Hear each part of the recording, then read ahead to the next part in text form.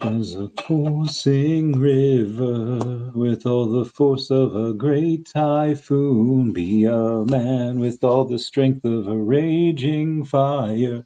Hey everyone, how's it going? It is I, the real Randy Chavez. I am coming at you today with a VeVe, OMI, Definity, DEVVE, DACAT, Shiro update video. Guys, if you're new, welcome. For not, welcome back. I love you all. Everyone say hello to Dashi. Hello, Dashi. Commenting, liking, and subscribing is a free way to help support the channel. Non-free ways are Patreon, smashing that super thanks button down below. Super chats as well. We got a bit to go over today. Not too much. Yesterday was a 4-hour stream, which was wild. And my voice kind of hurts for that. So I'm not going to do that again for a while, unless I have some help. Like, unless I have somebody come on and co-host that 4-hour stream with me. Obviously, that all changes if we ever get Pokemon, and I'll do a 24-hour stream. That'll be great. What do we have today? VVC is more Stackr rolls. Oh, yeah, or Stackr sales. Yeah. So there was a couple of those that we'll get into. And I kind of live on Twitter, and I've seen one. I really don't see any FUD stuff anymore. Granted, I blocked a lot of them. But I just don't. I think I see some out there. But it's not anything to do with VV's accomplishments anymore, or lack thereof. It's more about how, like, the prices are still down on a lot of things, whether it's the vault, people in front of, or people checking their vault values, which over the last couple of days has gone up,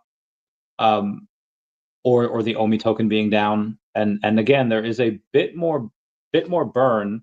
Today we had a sale of a secret rare Miles Morales that has a $7,000 floor for gems, but it sold. And again, this is one of those things where you can get, let's say, like a Todd Batman is like $400, right? And you might be able to get them for like $340, $350 on Stackr because it's sold in OMI.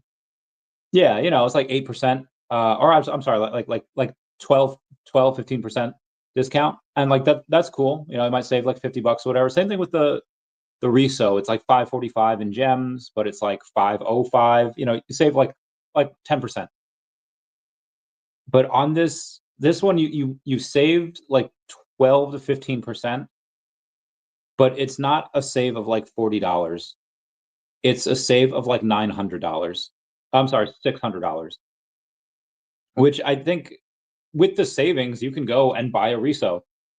So it's $7,000 on the floor, but somebody bought it for like 30 million OMI, which is around $6,400, which again, we take a look at it. OMI is actually up about 10% on the day. So if the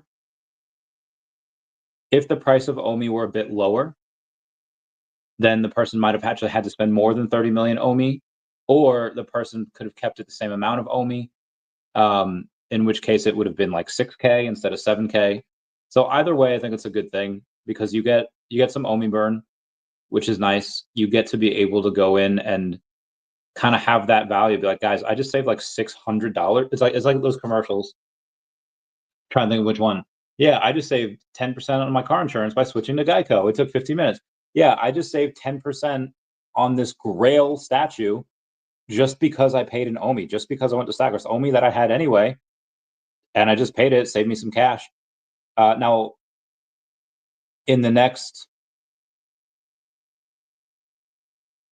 10 months, that person might regret the purchase a little bit, because they, I think OMI is going to go absolutely crazy. And granted, so with the Miles, I said in another video that Miles Secret Rare has the potential to be $100,000.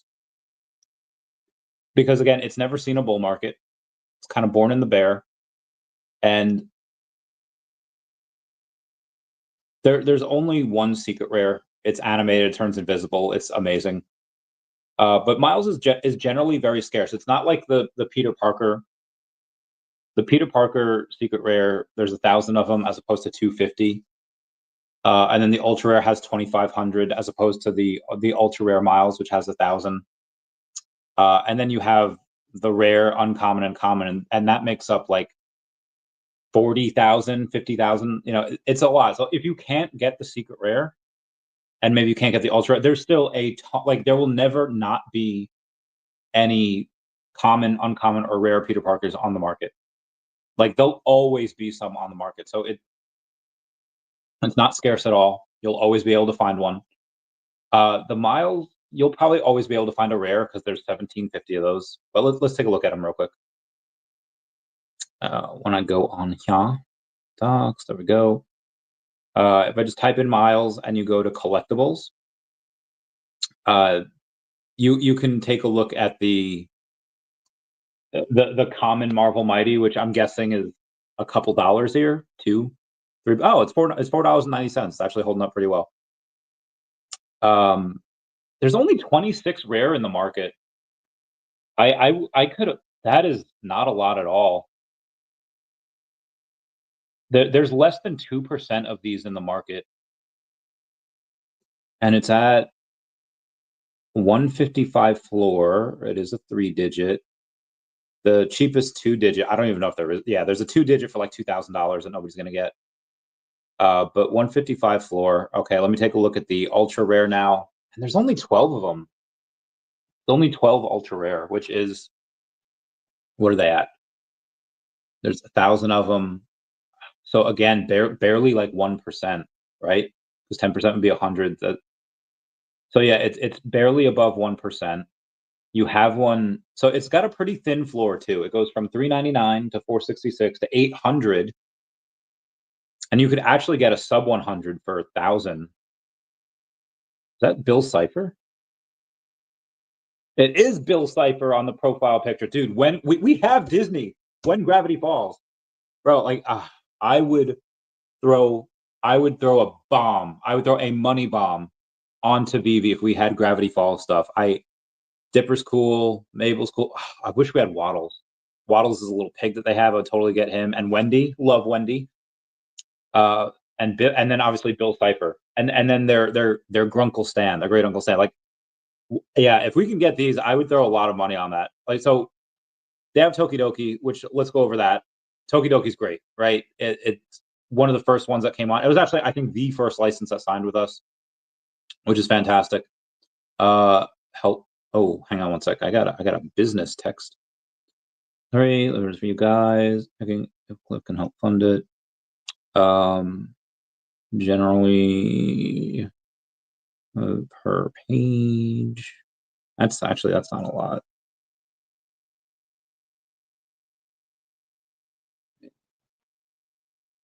Plus, if you meow meow meow meow meow meow meow.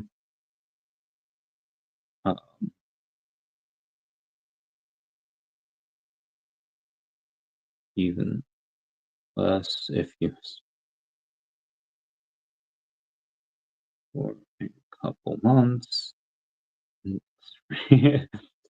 meow meow meow the meow meow meow for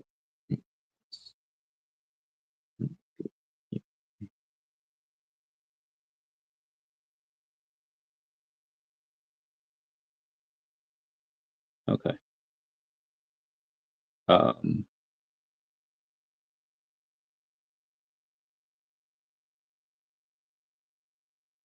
That's easier.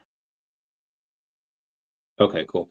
Oh yeah, let's go over the Tokidoki. Last I checked, they did about $9,000, which is not great. But let's take a look now and see what the money is. Her Majesty is, so 1550, so it's 13, is 267. Okay, so let's take 267, and then we take a look at Amarina. Amarina's 57. Oh, actually, it's 261. Okay. So they might actually even have more than they might have crossed the $10,000 or $12,000 barrier, which would be great. So 1,000, so 154. This is a uncommon Donatella. I think we have a Donatella already, don't we? Comment down below if we do. 1,000, 50, 67. Yeah, I feel like we're definitely, and the rare. I feel like we're definitely above the $10,000 market cap. Okay. What is 675? Okay, 119. All right. Okay, we have another rare Najiko. So it's going to be 675, and then you minus the 108. Yeah, yeah, we just passed above the 10,000 mark. The ultra rare is Sabochan. I'm going to say that's 47.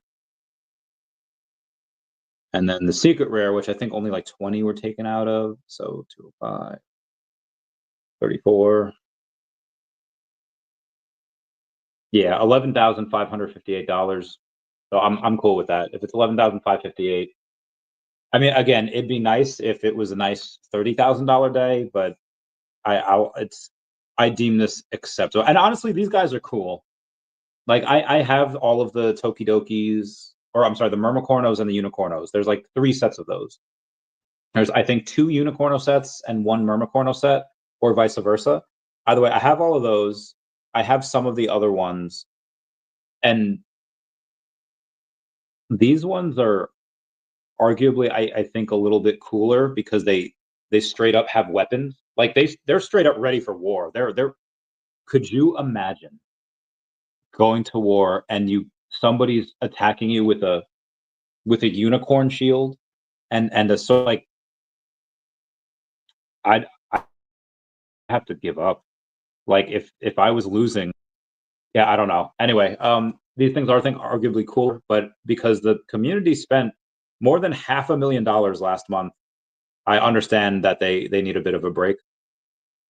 And yeah, especially now where a lot of I think the blue chips are rising first because again, Todd was down to sub 300 like a couple weeks ago, at some point early May, late April, and as of before, he was up to 400. So let me just take a look at this. It is now okay, 399, and once that one's bought, it goes up to 450. So I think what we're seeing here is it's a shift into a lot of the blue chip stuff.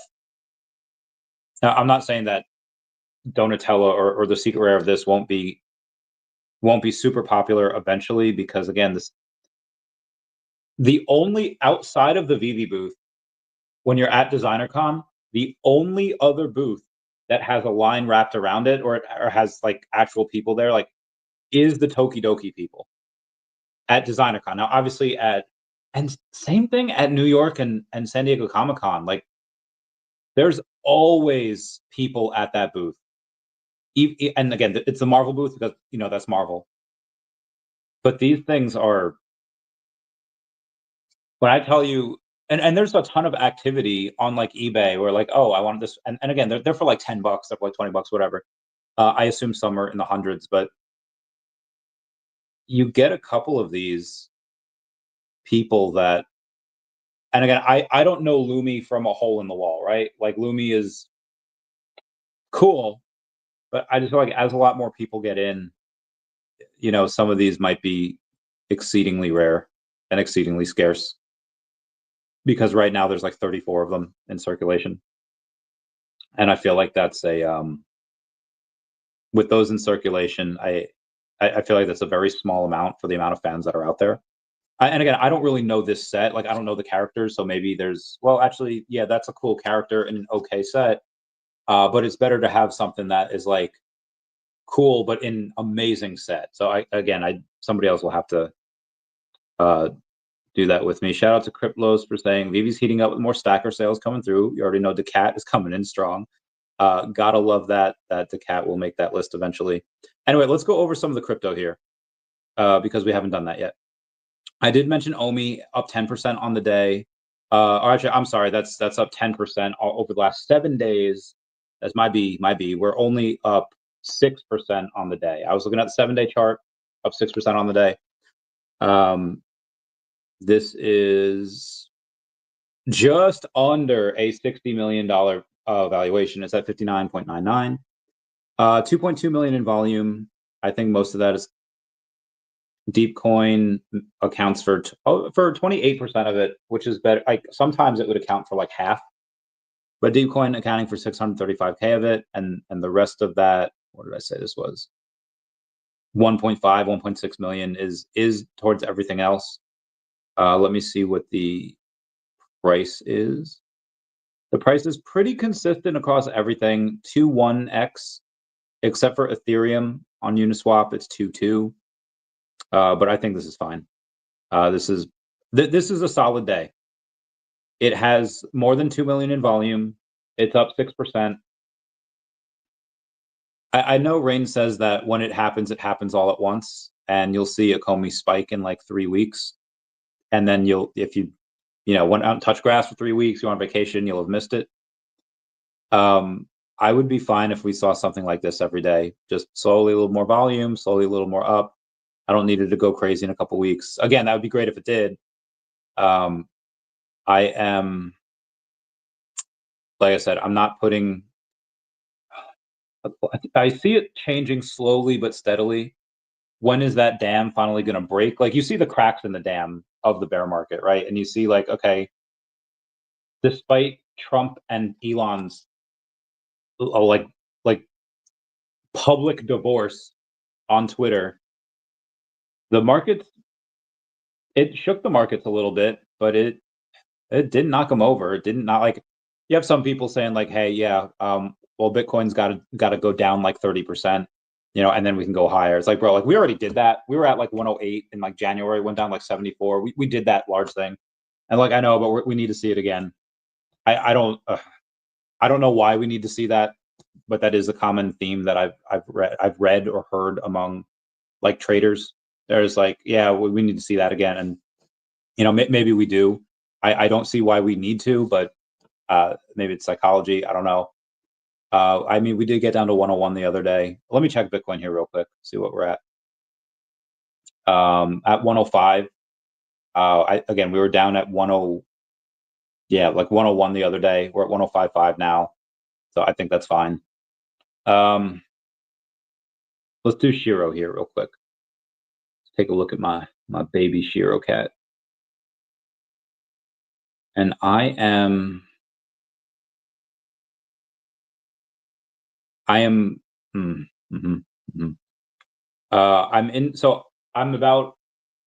halfway done with the Space Penguins comic, and let me tell you, there was a hard road to hoe because I had to figure out how to get them involved with the Decat universe,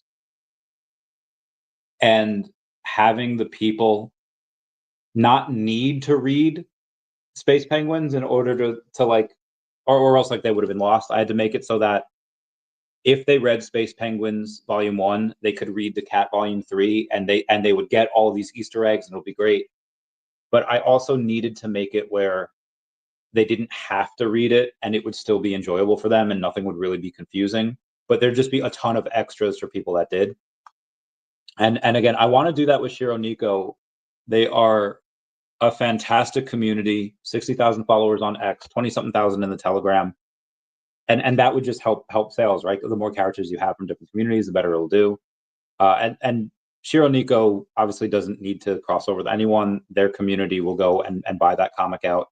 And there's probably maybe not that much. There's a couple of people in the Shiro Nico community that are at least on my level, if not a lot higher, like in comics, like, hey, I need that 9.8. Like they want to go in and are able to buy it, and they'll like a physical copy as well. So that they don't really need to come into the Decat store. I would love to. We'll work out a deal at some point. But right now, on the day, they have $800,000 on the day, which is very low for them. They usually have multiple millions, and the multiple millions is generally what you want or need for the DEVVE exchange when that DEVVE exchange comes out. And they just, again, I'll give it to them that it's this day, and at any other time during this day or the last 24 hours, it's a million. I'll post that up there for you. You can see it's like a million on, and no matter where you click. So it might just be temporary, and they'll get a little volume after that. $5.1 million market cap. So it hasn't really had that big recovery yet that people are looking for. When does that happen? I don't know. I know they had a stream before on X where Billy, aka Hero, was on just explaining a couple of things. I was able to watch it for a little bit. I mean, really, it's just a lot. It's going to have a lot of new people come in because a couple of people are kind of a little shook from the hack. But they have such a powerful community. Like I said, they'll be fine. And I think their comic is pretty much done. So they can go on VeVe pretty much whenever they want. 100%. Thank you, Cryptolos. You're the man. All right, so that's the Shiro, and let's get to Decat here.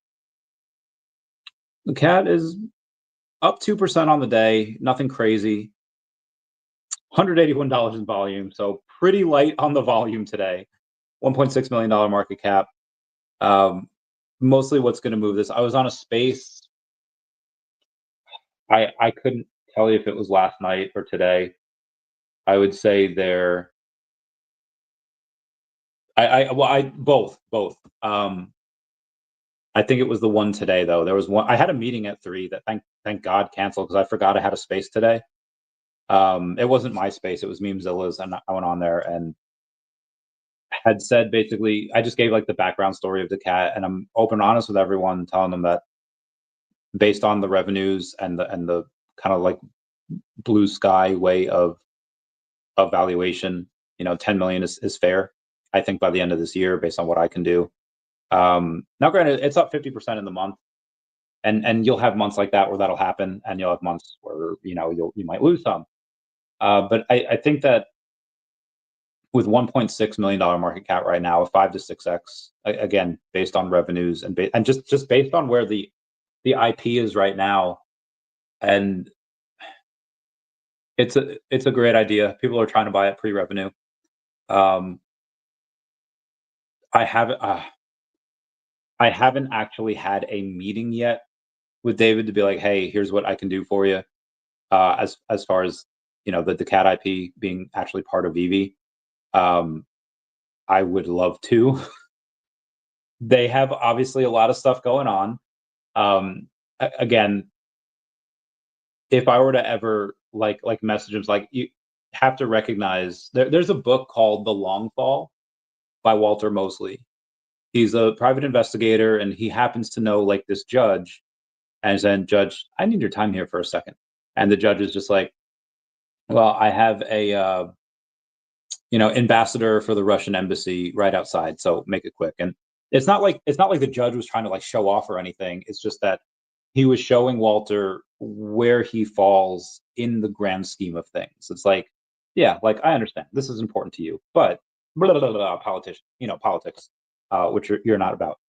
And he took it in stride. So like, again, when they're having meetings with Shopify and Disney executives, and maybe Pokemon, if they're still trying to get them in, the real Randy Chavez is like a tiny footnote in the grand scheme of things. So maybe after, he should be coming on the channel on Tuesday for the OMI channel. I'll let you guys know. But yeah, the goal with every space is to just get a couple people on, but at least one person to like the DACAT Twitter page, to go and join the Telegram, and just kind of see what we're all about. And I'm working on that every day, like every single day. And again, I mentioned VeVe with all of it too, so it's not like I'm just abandoning VeVe's an integral part of it. Anyway, moving on to, let's do DEVVE. DEVVE had a good, decent day, up 5.5% to 55 cents. You saw, if you watch Crypto Rain's channel, he had Paul from Definity on. He has him on every week, but this Wednesday was talking about like, hey, it's still technically in a downward trend from the highs of the last 3 months. And until it breaks that, Paul's not 100% confident in it. Just like, well, if it breaks that trend, then great, we'll go higher. If it doesn't break that trend, he's kind of like shutters where he thinks it can go. But obviously, if you go back to the all-time highs and lows, like the max, right, it's an upward trend from the bottom at 12 cents. Like, it still has that upward trajectory. But again, that's 12 cents. I would love to see it wake up tomorrow and 12 cents. I would throw so much money at that. It'd be like a couple grand. I don't have that much. Like, but yeah, I wouldn't empty out my bank account, but I'd throw a couple grand at it. Now, Grant, I think the last time I bought DEVVE, I think I actually bought some yesterday. It was a stupid low amount though. Let me check it. Archive chats. Oh my god. Okay. Today, yesterday. Oh no, I bought a little Earth Essence from Earth 2 yesterday. That's what I bought. And then 2 days ago, I bought a little DEVVE. It was like a couple $100 worth though, so it really wasn't much. At 55 cents, it's still pretty low. I think, yeah, I think my average is probably like I think my average is like 60 something cents. So not too far off there. Because again, I got some at like 15 cents and I got some at 30. I also got some at like $1.50. So yeah, this is a this is I want to say the long game, but it's not really long. I think the next couple months they did a DEVVE digital roundup yesterday, and I wasn't able to watch it yesterday because I had that 4-hour stream plus I had 2 meetings that day. The last like 20 minutes of the DEVVE digital roundup where Will Stewart is talking about like, yeah, I've raised hundreds of millions, but it's not just raising money. That's the easy part. It's who's giving that money? Who are we taking that money from? And what else are they doing to serve the company outside of giving us money? Because any Yahoo with a trust fund or checkbook can give you money. But what else does that get you when you do business with that person? Do they help market for you? Do they do X, Y, and Z? And he gave examples of like the last companies he had helped raise money on Wall Street. It's like they didn't just give them money. What they did was they gave them like a team, they gave them X, Y, and Z, and just there was a lot of value added to those companies, not because of the money that he raised, but who he raised that money with. And he's like, the last couple months we've been charting out a plan, thinking about what to do, and now they're getting to the stage where they can execute that plan. And I don't expect them to raise $500 million this year, but maybe they could do $500 million over the next several years. And I was like, okay, that makes a little more sense. Ray Quintana was talking about the T+0 settlement time. As of right now, to the rest of the world, it'd be considered Harry Potter magic because everyone in TradFi has been trying to do this forever. They have it. They have the patent. They have it. It's so insane. And granted, they could license that patent out and they could make money there. They could force people to, if they wanted to use that, they just force people to pay through the nose. Because I think by this time next year, anyone that does not have T+0 settlement times on their platform would be considered a dinosaur. Again, by this time next year, I believe that. Baltheron saying, let's go. Kuma saying, what's up, Randy and fam? Let's get it. Shout out to Kuma for winning. God. For winning the partner statue charity. I have to, when everyone gets back from Portugal and stuff, I'll reach out to Dr. Profit and be like, hey, list that partner statue for this amount in OMI, and then I'll have you obviously buy that. The burn will happen, and then Dr. Profit will take essentially that amount, the 4,200, and just write a check or wire First Responders Children's Foundation. Richard Samuel, give me those. Yeah. What up? What up, bro? What up, dude? You have the number 43? Or is that 53? Nice.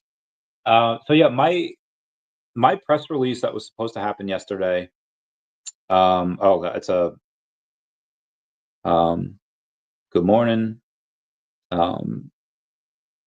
Was just telling Meow that I'd meow love to meow.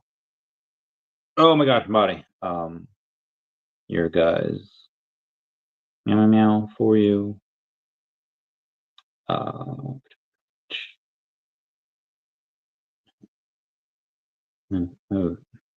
there's one F. Oh god, I hate it when you spell it correctly, but autocorrect hex it up for you. Okay, let's meow meow meow meow to chat. Streamer meow.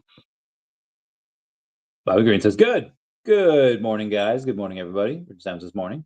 Abe says, hola, amigo. My wish list, Kopi, $4, OMI, 8 cents, and Definity, $6.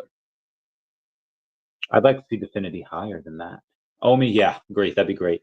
And I don't really have any Kopi, but I hope it does that for you, because I know then you'd buy a bit more OMI and Definity. And if you don't have DEVVE and DEVVE hasn't moved by that time, then maybe that as well. New floor miles to go. Okay, it's number 6,800, where it was 7K the other day, but okay. So actually that's gone down. Obviously I'm not gonna pay that for it, but somebody will. Somebody will. Because I think there were sales of this in like 13K, 14K. So yeah, someone who wants to get this, I mean, whoever wants it, they'll get it. Let's do Steven Snabley. And do you guys hold your OMI on Stackr or just a wallet? And can we still earn MCP points or not yet? Well, you can earn MCP points if it's in the Stackr wallet. Yeah.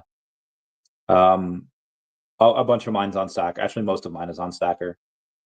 It's a separate account though. Like I don't keep it in the same account as my normal account. In that normal account, I still have 10 million OMI because, the MCP points. The other wallet or the other Stackr account is just the Stackr one. It's not attached to any. It's not attached to the VeVe. What do you call it? It's not attached to the VeVe ecosystem. President Sano says, in Stackr, and yes, earn MCP points. Jason Payne, thank you so much for being a member. So I have 10 million on Stackr, the mother load on Trust Wallets. The more you know. If you know, you know. And you, boss, you're always right. And the rest of the week. All right, what's the rest of the week looking like? Cool. Tuesday. Okay. Cool. And Tuesday at meow. Okay. You get home Monday evening. I'll give you a call on Tuesday. That would be nice. That would be nice. Archived. I don't know. What is Diamond? Oh my god. Kaki Gaijin says, I don't know how VeVe and OMI is so cheap, but I'm still buying.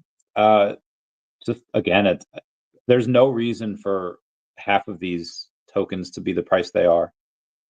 People just get scared in the bear market, and they dip and everything gets wrecked. Which again, it's fine for us that those want to stack. We've done with DEVVE. Let's take a look at Definity now.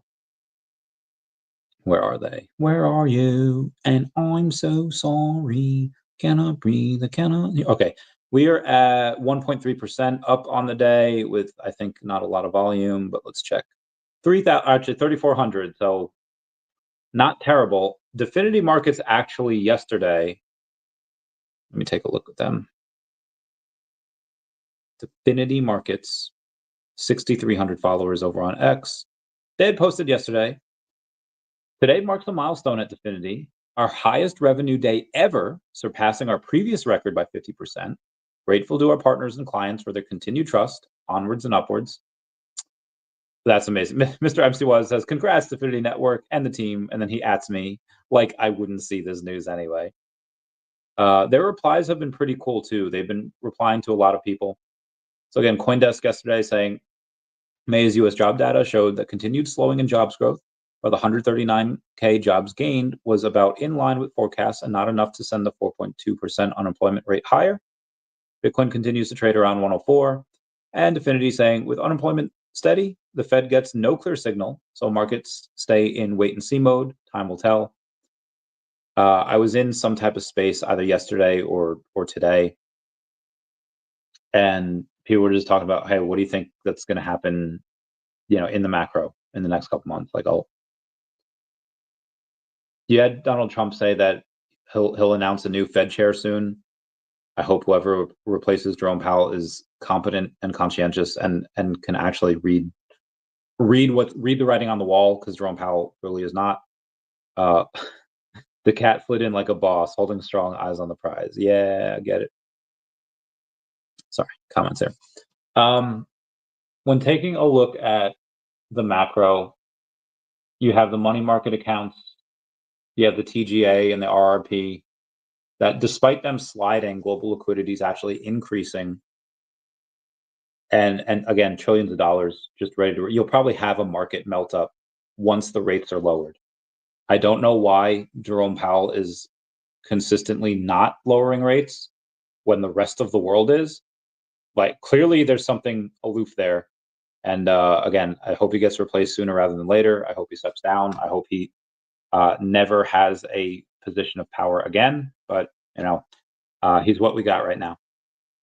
Actually, on that time, I think later in the evening should work. Does 5 p.m. work? Actually, let's do. God, we do 7. Let's do 5 and see where that goes. All right.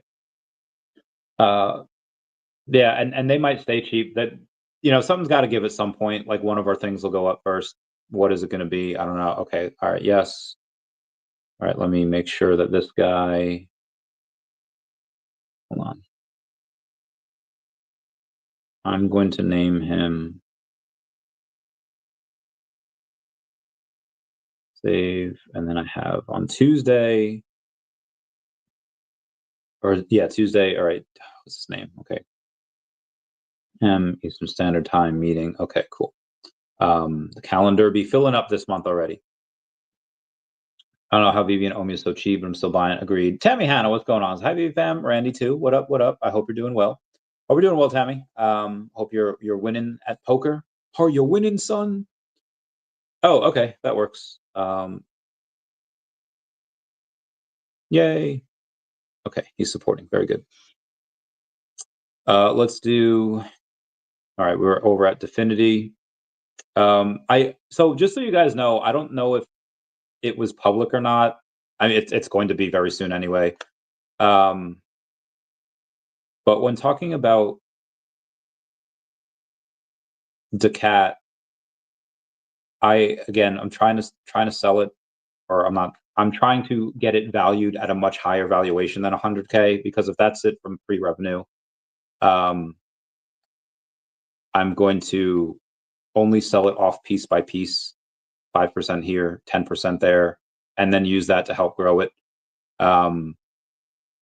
Anyway, that's one of those things that Tammy would know if she were in the whale chat for Decats, but sadly the Telegram is not working for her, or on her phone. It's not her fault. We'll get that done in August. Moving on here. Where am I? We have. Oh no, we did everything. DEVVE DACAT SHIRO. Did we do Definity? Yeah, $3,400 on the day. $5.8 million market cap. It's up 1.4% to 3.8 cents. I have a good amount of their token. I also have a small piece in their company, like the actual Definity markets, not just the token.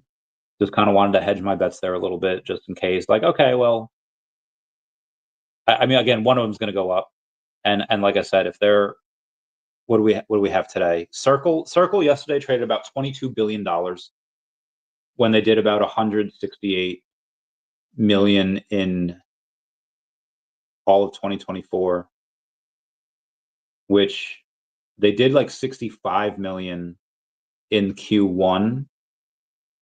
And if let's say you take that and multiply it by 4, cool, that's 260. So they're at like a 90 plus X in valuation. I repeat, Circle is valued at like a 90 plus X earnings multiple, which is insane. So let's say for Definity, By the end of the year, let's say they can do, again, they'll be doing like 13 million, but let's say 10 to keep it easy. A 90x multiple of that would be $900 million. And that's just for the company, not including the token. The token could do a 180x, and it would just be the price of, it would just be keep in line with the price of the company if, again, we keep this 90x returns here. And obviously the token compared to their business counterpart will generally go a lot higher than the business.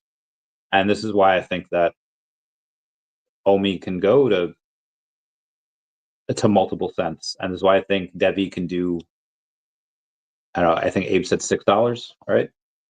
Where are you? I think it can do much, much higher than that. So again, just throwing this stuff out there. Let's do some of the news, shall we? I know we've gone 40 minutes here. Thank you, Mr. MC1, for reposting everything. Let's take a look at the photos. Oh lordy, oh lordy. $250 million yesterday was minted on USDC on Solana, which is wild. Subway's footlong sandwich is officially marketed as an item for 2 people. I don't know why they're gaslighting us like that, but you know, whatever. You have Sean Berg saying the floor difference from VeVe to Stackr is stark sometimes. Be on Stackr.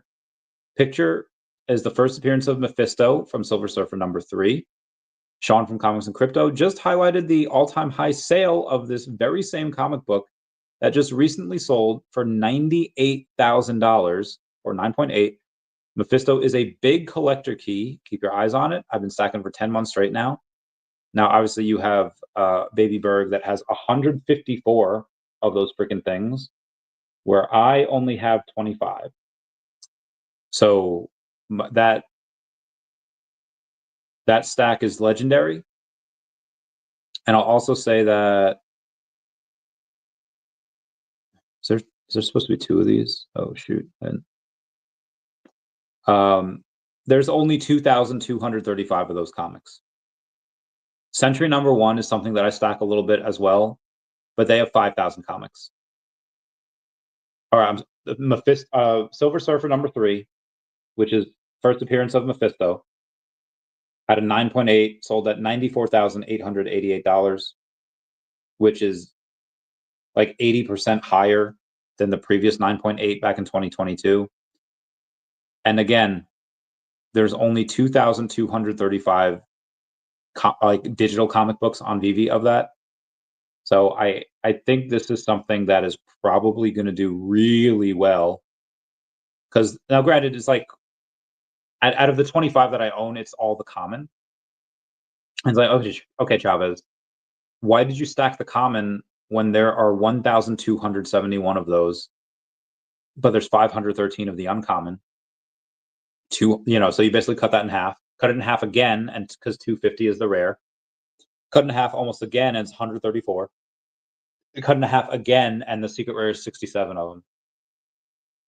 I chose the common because it was cheap. It's liquid. I got most of them for $3 or under. I don't know what they are now. Let's take a look. What is it? Silver Surfer #3. 56 of them in the market. There's 26 of them in general. It's at $3.80. I don't know how many of these. Oh yeah, I just said 25, right? I did get the rare for like $4 the other day, which is great. No, okay, there we go. Yeah, $3.80, which I could do right now. I'm not gonna get a ton. $5 for the uncommon. Only $7 for the rare. It's interesting. $18 for the ultra rare. $129 for the secret rare. It just seems that the commons are more easily sold. Well, just a little more liquid. What we got? Jason Panda says, read Self-Custody by Just In Case. Oh, dad jokes. That's good. That's good. I like that. I like that. Not really, but I do a little bit. Gold miner Bluebird is going to convert revenues into Bitcoin Reserve. Stock jumped 63% intraday trading. Crappy Bird says we have a coin market cap request number 1123931. Yes, it's happening. The final check before stopping into the Big Birds League. Stepping in the Big Birds League. Shout out to them. Actually, I want to check out what Crappy Bird did today because I want to. Okay, just type in Crappy on the get-go terminal. They are down 9% on the day to a $2.95 million market cap. There's 820,000 in volume, though. 200K of that is locked up. They were actually down much worse. They were down like 20% on the day. And then actually they were down super bad yesterday, down to 0019 instead of we're at 0024 now. So yeah, they were down big bad yesterday. Yeah, we've had some massive spikes up though on Crappy Bird. Let me see if it comes up on the CoinGecko, which it does. Get 837 in volume, $2.9 million market cap, up 1,000% in 30 days. Nuts, right? Stefan Schnablis, thanks guys. I'm getting mine back from BitForex any day, trying to figure out the best place. Put 10 million on Stackr to get rewards. CRC20, so maybe I have to bridge to base OMI. Yes. So you can send your ERC OMI to Stackr. Why does that taste funny? You could send out your ERC20 OMI to your Stackr wallet because it has an ERC20 address.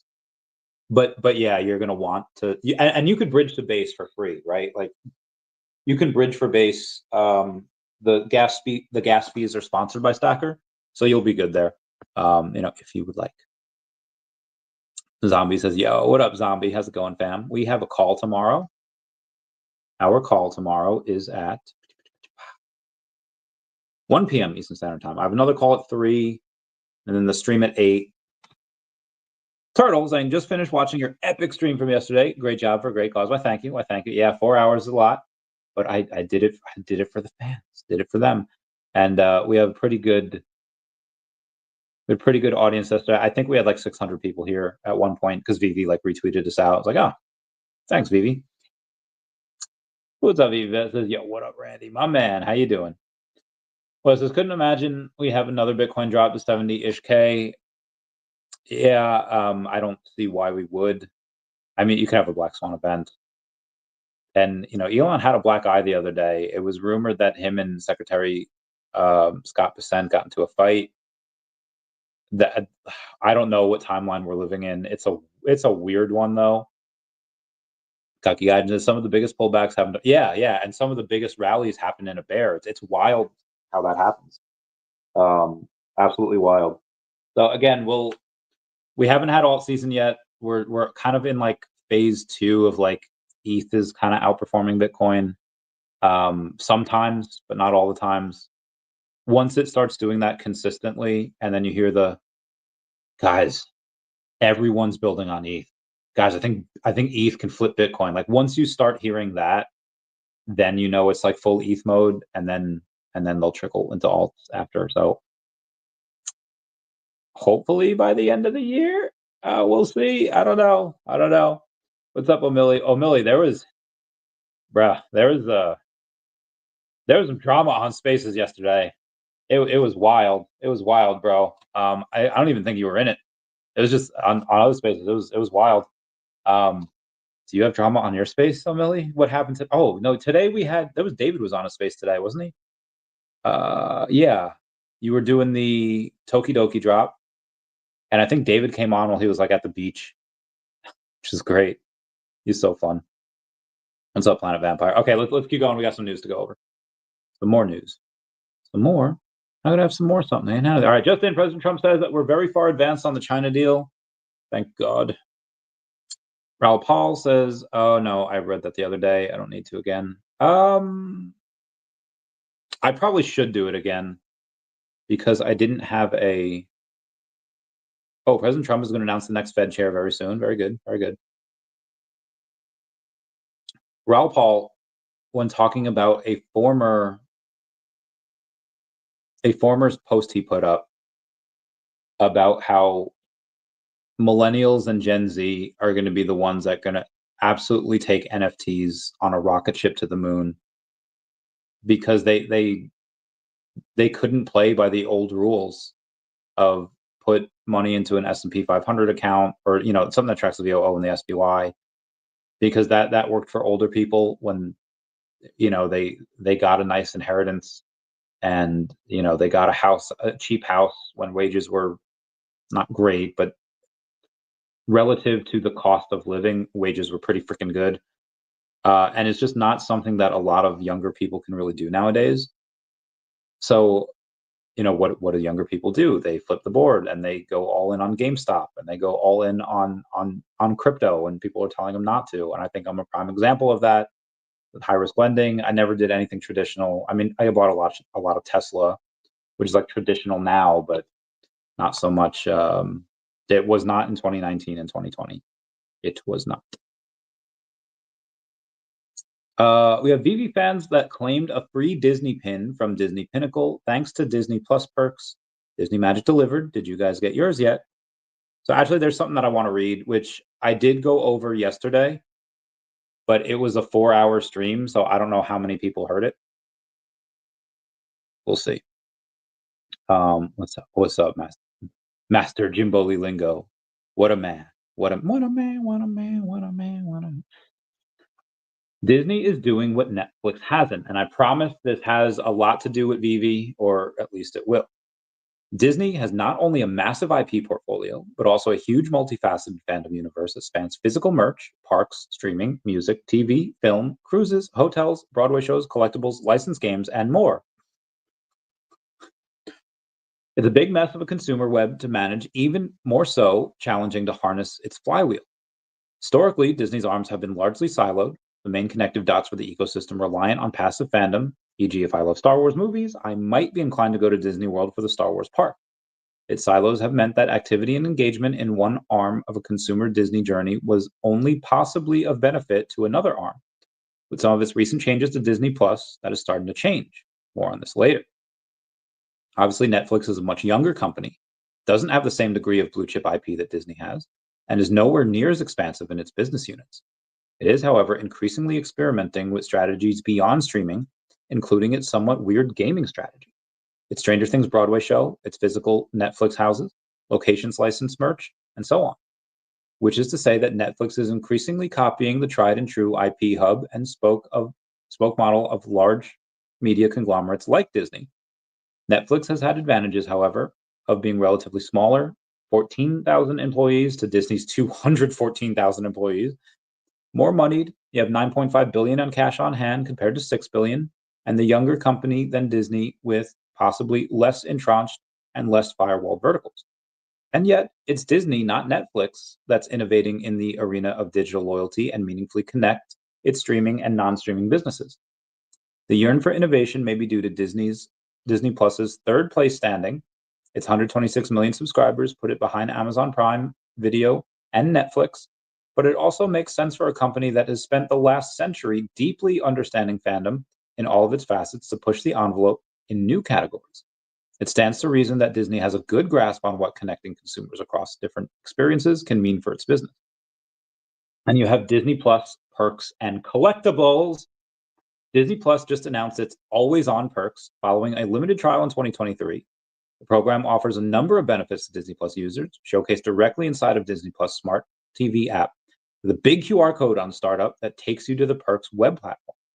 From there, users are presented with a list of initial benefits, which just happen to have convenient direct on indirect tie-ins to Disney's expansive business. Disney promises to drop new benefits frequently, keeping users engaged and wanting to see what else they can get. That's something I want to go over. Where Disney promises to drop new benefits frequently. Dog boy saying, cheers, Randy and fam. What up? Well, it depends. It depends, James. Depends. Abe says, one of my best friends surpassed me. He holds over 80 million OMI. Well, John X says, let's go to Cat Fam. Let's get this bread. Wes, thank you for being a member. So what was the drama in Spaces the other day? Just people being people, man. They're peopling out there.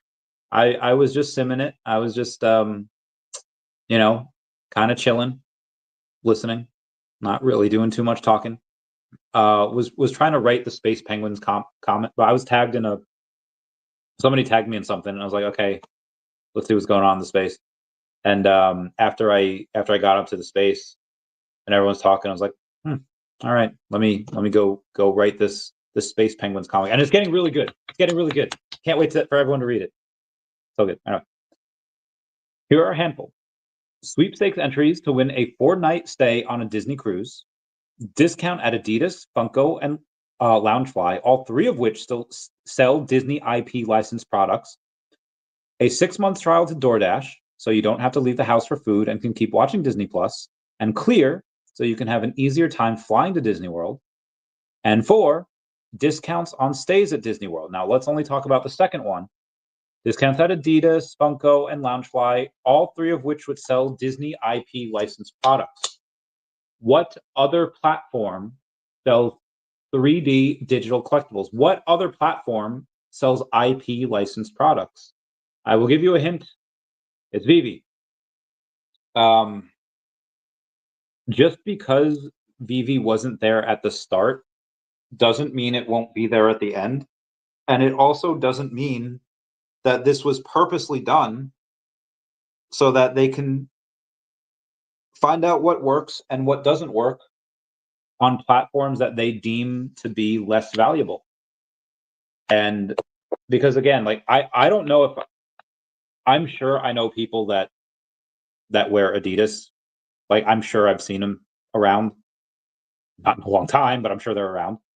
Funko, obviously, we already had that partnership with Funko via Marvel, and the Funko Pops are great. And again, Loungefly, I don't know what they are, but all three of which sell Disney IP licensed products. Aside from Funko, I don't know if the other two ever got into digital collectibles. And okay, Adidas might be the bigger name. All Day I Dream About Sports. I think Mike Tyson was partnered with them back in the day, and they have athletes get sponsored by them all the time, right? But how many of those people are like super into Web3? Probably not a lot.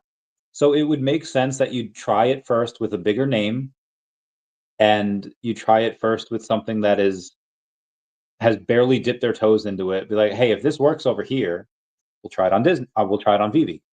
But if it doesn't work over here, then we'll try something else with VeVe. So I think they want to get it kind of right first before they include VeVe on this. Article goes on to say it's easy to see how each of these benefits does something to impact Disney's bottom line, and embedding it natively into a platform like Disney Plus, which is more likely to have daily engagement rather than, say, a once-a-decade trip to Disney Park. It helps distribute these opportunities to audiences more regularly with the goal to bump their behaviors and spend, maybe I go to a park twice a decade now. In addition to helping power the consumer flywheel of Disney-branded stuff, a perks platform like this is a great bargaining chip in negotiating licensing deals with merchandisers or even earning new revenue streams, e.g., offering free or paid spots to promote offers to Disney Plus subscribers. It's clear that Disney intends to make perks a key part of unifying its revenue opportunities and leveling up its loyalty. I'm not gonna lie, this article is getting me pumped. One more thing. There is one nugget of a perk whose novelty may go unrecognized to the lay consumer: digital collectibles. Disney announced a partnership with Web3 company Dapper Labs back in 2023. The initial collectibles of Disney Pinnacle digital pins on the Flow blockchain smacked of the same generic Web3 experiments that consumer brands ran with NFTs in 21 to the 23 era, which is to say that these were largely licensed goods akin to any other branded consumer product. Like slapping a Little Mermaid sticker on a lunchbox, Disney sells an IP license. Someone else makes the Disney. Disney sells the IP license. Someone else makes the stuff, and Disney earns royalties. That's it. Rimowa, Budweiser, Adidas, and many others did the same. These NFTs weren't core to anyone's businesses. They were another thing to sell on the side, and their lack of integration with the brand's day-to-day business resulted in some predictable but unfortunate situations. As this person wrote about in June of 23, several months before Dapper and Disney announced their digital collectibles partnership, there's a lot that a company like Disney can do with a single NFT across its businesses. While the first launch with Dapper didn't look to be headed in this direction, Integrating these collectibles into Disney Plus is a nod to the idea that the company is recognizing the possibilities of digital goods beyond the slideshow, especially when distributed and sold through digital native destinations like streaming platforms. The significance of this move is pretty substantial, but will probably go unnoticed to most consumers for the time being. Disney is the apex of family-friendly brands, which is anathema to Web3. NFTs and crypto are scary terms that conjures thoughts of scams, high friction, and wasted money. To be fair, that's not historically wrong. So for Disney to stake a claim and put blockchain-based assets as one of the flagship perks of its new program, which reaches 126 million consumers, is a bold move and belies an underlying strategy where digital collectibles and on-chain data back a key component of Disney's holistic consumer loyalty plans, or that's what should happen. Let me see. Having a part. My life is a party. My home is a club. Take a closer look at Ron English serial killers number 4. This is a poop. And it looks fun. It is a poo fairy. Is he sacrament or excrement from the Last Supper? Oh my God, that is hysterical. Comment down below if y'all are going to get this, because I don't know if I am or not. Anyway, back to the article. What should happen next? The connected Disney flywheel. The opportunity afforded to loyalty programs by blockchain technology is immense, especially for an organization as complex as Disney. On-chain item accounts and funds offer universal standards that span companies, countries, and platforms in a way that is more scalable and adaptable than traditional Web 2 technology. The blockchain lets, for example, the Disney Parks unit to have full understanding of and access to a fan's digital profile and spending power without needing to do complex integrations of the Disney Plus authentication system. The latter sounds, my back. The latter sounds trivial, but as companies as large and siloed as Disney, tech integrations across teams and entities is pretty hard. So hard, in fact, that until the launch of the unified My Disney account last year, a single user's accounts across Disney looked like this. Streaming platforms are Disney Plus, Hulu, ESPN Plus. Theme park and resorts are Walt Disney Resort and Disneyland Resort. Retail shopping is the Disney Store. And other Disney experiences is the cruise line, Adventures by Disney, and Aulani, a Disney resort and spa. Aulani. Yo, what up, Crazy Dan? Hey. Shout out for being a member. Member 420. Let's go. Blaze it. Now, Disney Store could do nothing with the user's data of visitors to the Aulani spa. Blockchain information rises above and can encompass any user account, meaning that each of these disparate logins could have been tied to a user's single wallet address, for example, without the effort and money put into developing a new My Disney login and getting company-wide integration and adoption. Web3 also allows for easier collaborations with third parties. Disney isn't going to give a third-party retailer access to its Disney Plus database, but it can let the retailer peer inside a user's wallet connected to their Disney account and see everything they need to know, like what items the user owns that may offer them a 20% discount on the retailer's e-commerce site, what brand affinities they have, therefore showcasing certain items to users. Likewise, third parties that partner with Disney, like the game publisher EA Sports, it's in the game, which has its own login and account system, won't want the friction of needing to integrate the My Disney login so users can connect their Star Wars collectible to the Star Wars EA game, but connecting a wallet takes one click. Water tastes funky today. I don't know why. So what should Disney do next? Disney's next move should be its own wallet, tied to My Disney. The natural progression of connecting the dots amongst its different businesses, units, and loyalty efforts. Users unlocking or buying digital items across Disney businesses or licensed IP products like Star Wars game, for example, can corral the assets under the comfy umbrella of their My Disney account with all the benefits across Disney Plus perks and other properties. So many people with so much Marvel NFTs and Disney NFTs and Pixar and everything, all of these NFTs, they should really do something like that. This with VeVe, and I think they will at some point. Excuse me. We'll see. Let me just get rid of. Oh, actually, what I'm going to do as well, because I haven't asked you yet, and it's been like an hour, so I apologize about that. I'm going to ask y'all to smash that like button. It is a free way to help support the channel, non-free way. You know the drill. You know the drill. X you out of there. X you. Okay. We're good. One can also imagine, in a more distant future, a Disney stablecoin. As fans travel around the internet and globe enjoying Disney parks in Japan, Florida, Paris, buying merch from overseas, etc., Having a global currency that works anywhere for anything would be the icing on a Disney digital ecosystem cake. Maybe an OMI token. I doubt it. With consumer wallets in hand, in the meantime, Disney should start thinking about what on-chain assets do for incentivizing behaviors across the current Disney ecosystem. To offer a picture of one of those existing Dapper Labs NFTs could mean for driving loyalty, engagement, and spending across all Disney. Here's a verbatim outline of what someone had suggested for a Mandalorian NFT back in 2020. A single Star Wars NFT has widely varied use cases, and for an uber Star Wars fan like me, I'd want to engage in all of it. Yeah, what up, Jason Pena says, to not be included in the Disney Perks Flywheel hurt, it just does. So I don't know if you just got here recently, but originally it was Loungefly, Adidas, and Funko, which all had the Disney Plus perks, right? Because they all also sell Disney stuff. I think that the reason why VeVe was not included is because that is the largest digital collectibles platform in the world, and you don't want your best customer, like you don't want your best earner to be the guinea pig in a new thing that's not tested yet. Like if you have, I'll just throw it out there. Who are the first people in the US to get vaccines? It's the military. Why? Because they're a dime a dozen. They can give us the vaccines, and yeah, if anything bad happens, it just happens to, or they're dime a dozen. They're going to the meat grinder anyway, right?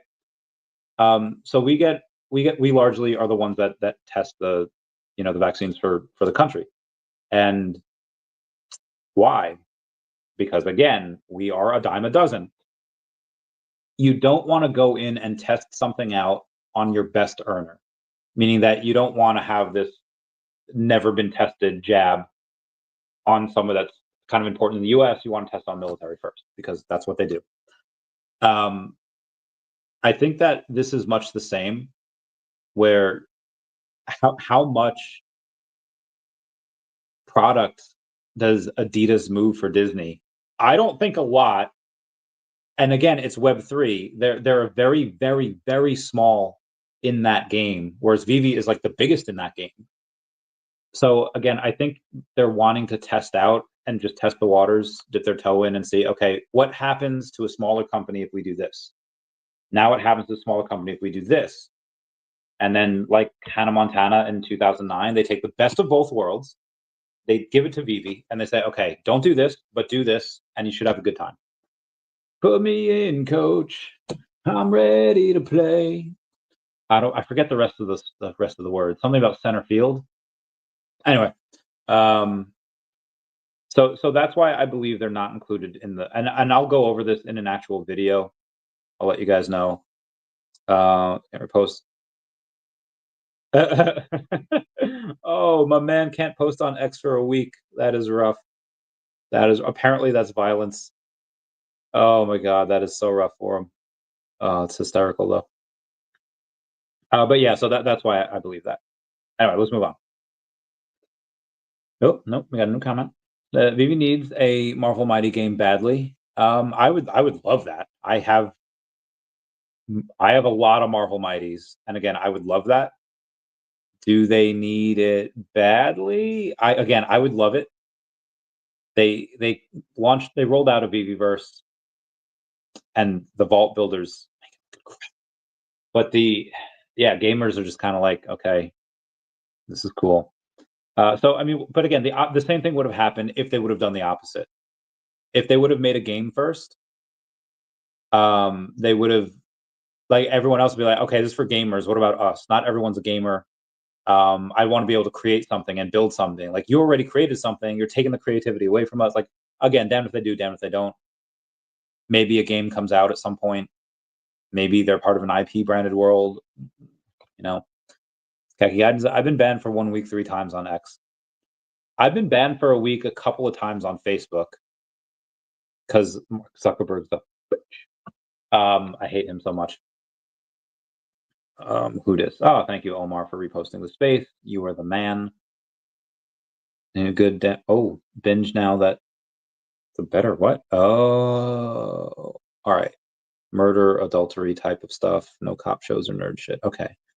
Good drama to binge now that the Better Sister is over, not Yellow Jacket. Oh, I don't know. I heard Yellowstone was good.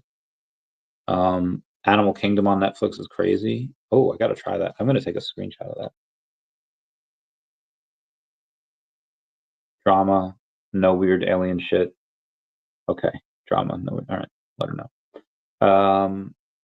Let's freaking go. Let's get this bread. Yeah, Facebook. You just reminded me of that Facebook. Anyway, marketing. The NFT is a dynamic collectible ad for the upcoming Mandalorian season that changes with the airing of each episode. I had a dream about Mandalorian the other night. E-commerce. The item can redeem a physical collectible toy from the Mando website, which also teases more about the new season. That'd be great. Retail. It gets the holder 15% off a single purchase at any Disney retail store, bringing that foot traffic that otherwise wouldn't happen. Parks. Skip to the front of the line for the Star Wars Rise of the Resistance ride, which would be an incentive to head down to a Disney World and buy a Parks Pass. Community. Opportunity to vote on a content decision for an episode, embedding me more deeply into the ecosystem and doubly ensuring I watch to see what unfolds. Gaming. The asset maps to a special in-game character in an EA Star Wars title, getting me to buy the game and reward Disney and its gaming license. Streaming. A month off of premium Disney Plus sub, getting me to upgrade my access. Agreed. I think I already paid for that. What's up, Omar? I was just talking about you. All good things. Yeah. While Disney Plus haven't hinted at these kind of digital collectibles use cases, it is undeniable that Disney is making a play for unified accounts and coalescence of digital and physical products with an eye toward an innovative goal. The world's largest media loyalty program, spanning a complex constellation of digital and physical experiences. By having digital goods play a more central role in the loyalty program, Disney will have greater flexibility in how it rewards consumers, how perks intersect with partners, and how much information it garners about fan behaviors. This guy's pumping me up. I should really do a video on this. Maybe we could do this for Decat too. You get a comic and you hold it. Obviously, you'll get Decat tokens. Obviously, you'll have to get multiple comics for this, for certain numbers that we've already thought of. But I guess, yeah, if you get, and we will probably do utility with not just the comics. We'll probably do it with the collectibles as well. And again, there's going to be a ton of them. Remember that this is the same company that spent $1 billion to convert every hotel door lock at Disney World to be openable with a wristband. The goal was not to make it easier for guests to enter their rooms, but instead to have a unified tracking method for every action at the park as guests tap into different locations. Walt knows when you go to the park, when you eat, what you ride, and when you get home for the night. All of that information is used to make Disney a bit more magical and a lot more sellable. With this proclivity for the comprehensive fan tracking, Disney's moves with Disney Plus perks and My Disney are very on brand, and I think we're seeing the beginning of how Disney will use these expansive loyalty programs and digital collectibles to further unlock its flywheel.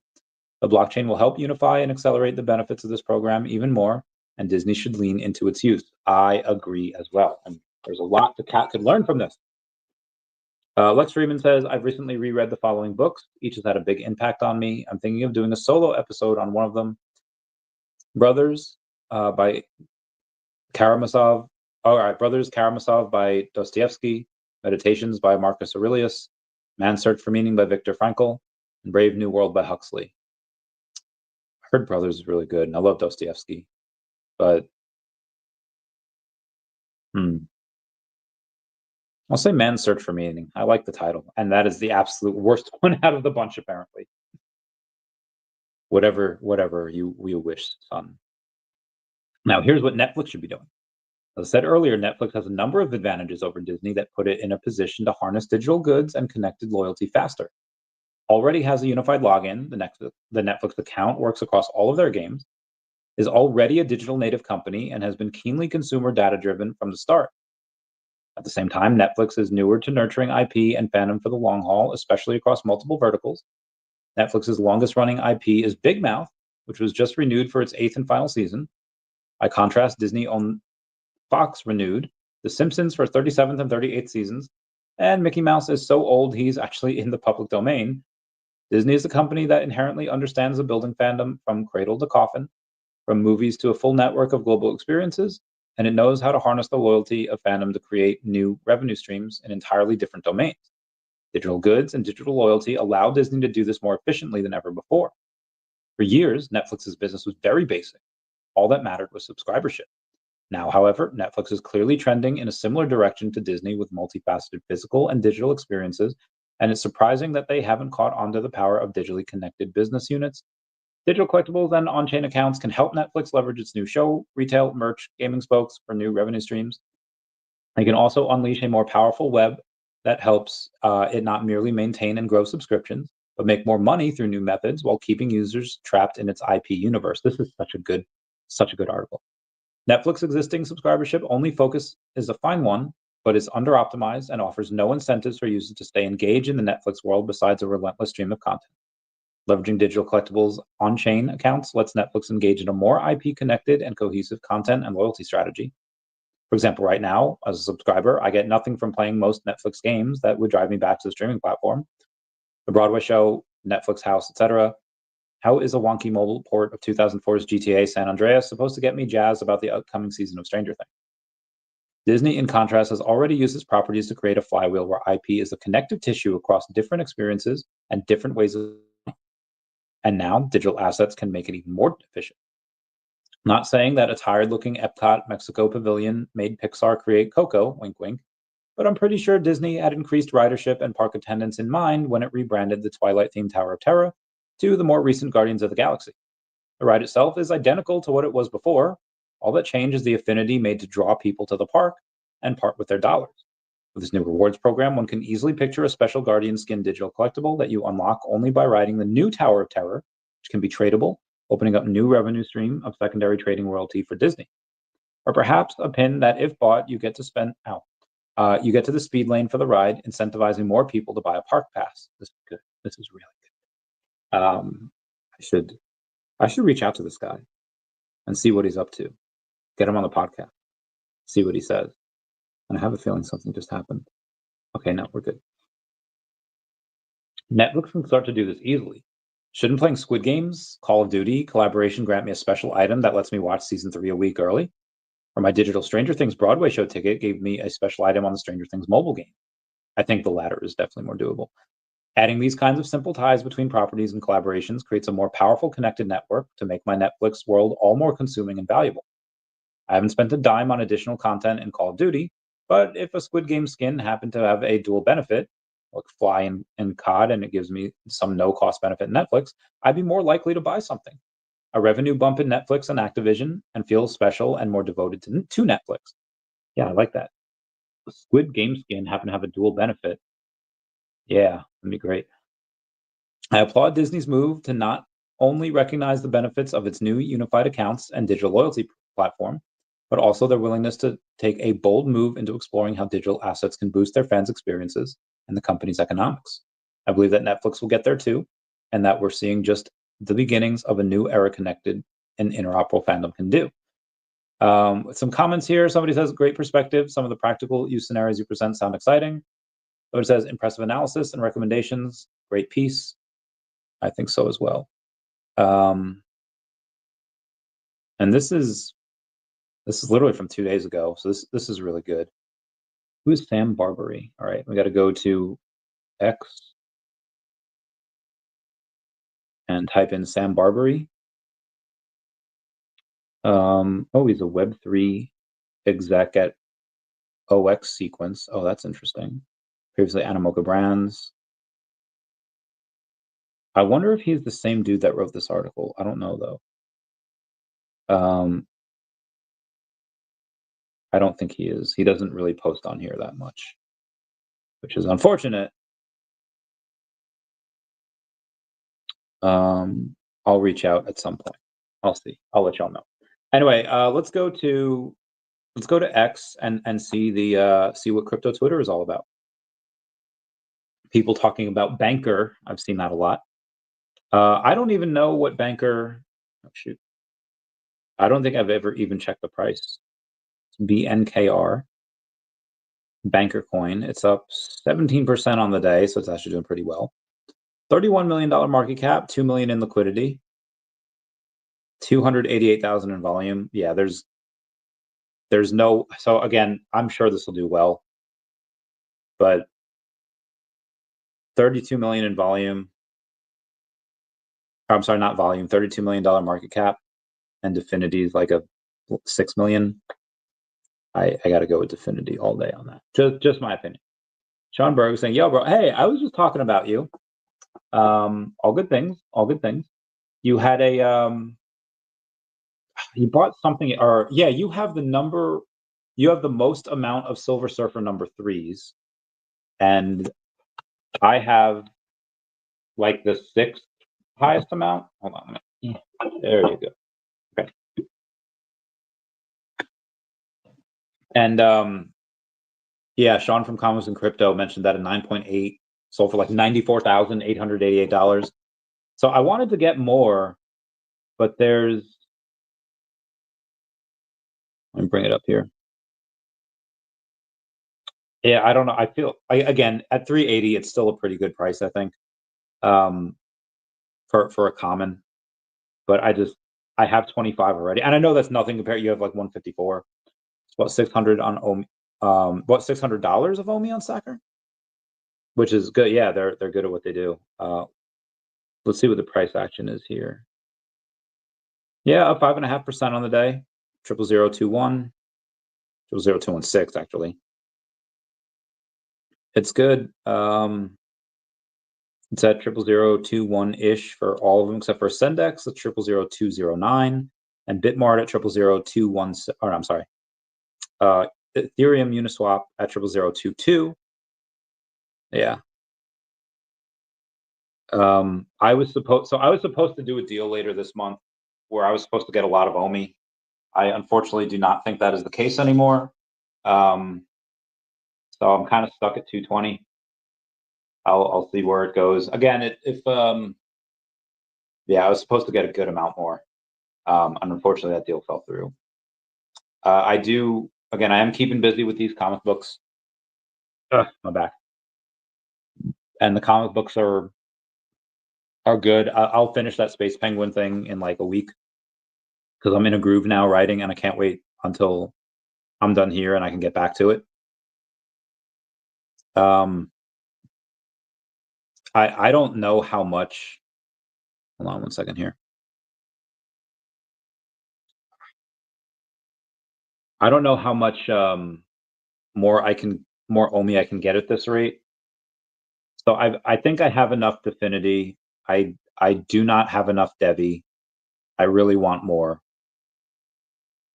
And I want more Decat too. And I want more Earth 2's Essence. So again, it's going to be kind of hard. Now, if Crappy Bird does like a 5x, then yeah, I'll be able to get a decent amount. Because I told him I just wouldn't sell until the $10 million market cap. And we're almost at like 5 the other day, down to 2.9 now. So if Crappy Bird does like a 4x, yeah, I'll take half and get a little bit of something else. But would that be OMI? Possibly, because Crappy Bird's on base, so I can swap. I might even be able to swap directly for. I'll probably just swap for Ethereum on base. As of right now, I only have I just don't have a lot of funds. And stuff. It would be DEVVE because that's my 3rd biggest bag, and then OMI. Yeah, I think DEVVE would be the priority. Because I just have so much OMI already, and I just don't have a lot of DEVVE. And then I'd get more. But we'll see. What are you up to? Let me know. All right, so that was Banker. That I don't think I can really get. Big YOLO saying safely to the moon. Oh yeah, Safe Moon is the original Safe Moon owner got like 45 years in jail, so he's hecked. For the community takeover, it seems pretty cool. They seem to the only issue with them is that they have a DAO, which that by itself is fine. But all of the supply that's in that DAO is basically locked up because it's not enough people put in there for them to use it. So yeah, all of the Safe Moon that's in their DAO is kind of again, locked up for now. I'm working towards 10 million OMI currently for Stackr. Well, you could sell some of those. You sell some of those comic books for OMI, and because you got enough of them. Obviously, you could wait for it to go up. Probably make that in 45 days. Yeah, we should still be down here in 45 days. I don't see any reason why we would late July, be like a crazy amount farther where we are. We had bottomed at like 0.0018. It's possible we go. I mean, again, it's possible we get cut in half. I mean, the sentiment on X has really turned around. And the sentiment on X having turned around fairly quickly, there's just not much that the fudders have left to really talk about. Let me go into, there's not much that the fudders haven't yet talked about. Again, I went into a space, I went into, Presley. You'd know her if you saw, or maybe not. Great girl. She invited me up to speak yesterday because I was in a space 2 days ago, and I was talking with a bunch of pure Web3ists about NFTs. And these pure Web3ists are talking about NFTs that I have no idea what they are. Like they're not in the top 10 or top like 20 like NFT. Like I'll go over that real quick. So if you go to like the top 10 NFTs, CryptoPunks, Infinix Patrons, Sport Ape Yacht Club, Pudgy Penguins, Call Me Squiggle by Snowfro, Autoglyphs, Mutant Ape Yacht Club, Fidenza by Tyler Hobbs, Lil Pudgies, and Milady Makers. And then Mad Lads, and then Azuki. So and then VeFriends number 14, Bitcoin Pups. I know a lot of these. This dude was talking about stuff that's like, yeah, I'm getting one of these, like, and like I had to check. I was like, I have no idea what they are. And it's like when you get to like Comic-Con and you reach out to one of these, or you happen to, let's say there's a girl that's dressed as a random character, and then you see this really fat nerd that probably needs deodorant. That's probably like, oh, and who are you supposed to be? And they're like, oh, I'm cosplaying as this guy. Like, well, tell me, do you know her secret move? Like, they are the biggest incels, like the biggest, what's the opposite of magnet? The biggest chick repellent that you've ever seen. They're like, oh, well, I am a gentleman of culture, and I know that this particular manga or anime outshines this one, and basically you're just trash. And it is some of the worst riz that I've ever seen in the history of mankind. Just go to any Comic-Con, you'll see that. And that's very similar to what I've seen with some of these Web3 purists. They're like, oh, what NFTs are you into? It's like, well, I really like these ones on VeVe. Like here's Baby Grogu. That's really cool. He's one of the only good things out of the sequel. So no, I meant NFTs that you need certain type of wallet and you have to bridge stuff like to get. And it's like, bro, like that, like, show me a picture of it. That looks cool, and I'll even if it doesn't look cool, I'll say it looks cool, make them feel better. And like this looks great, but like that's something that we could really only enjoy amongst the Web3 purists ourselves. But everyone can enjoy Grogu. Everyone can take pictures of him in AR, and it's really cool. And then when you mention something that they can't do, be like, yeah, well, who cares about like AR if it's of something nostalgic? New investors, new like real NFT people, they don't care about nostalgia. And it's like, yeah, you're right. There's a lot of Web3 purists that don't care about it and would probably rather have your thing. But the world in which Web3 lives is really small, and it's just like, yes, but more people come in every day, and it's like you're right, they do.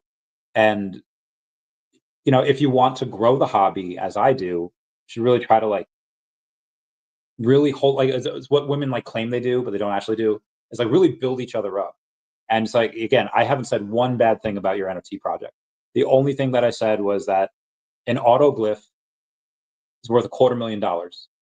And there's plenty of people that would pay that price if they had the money.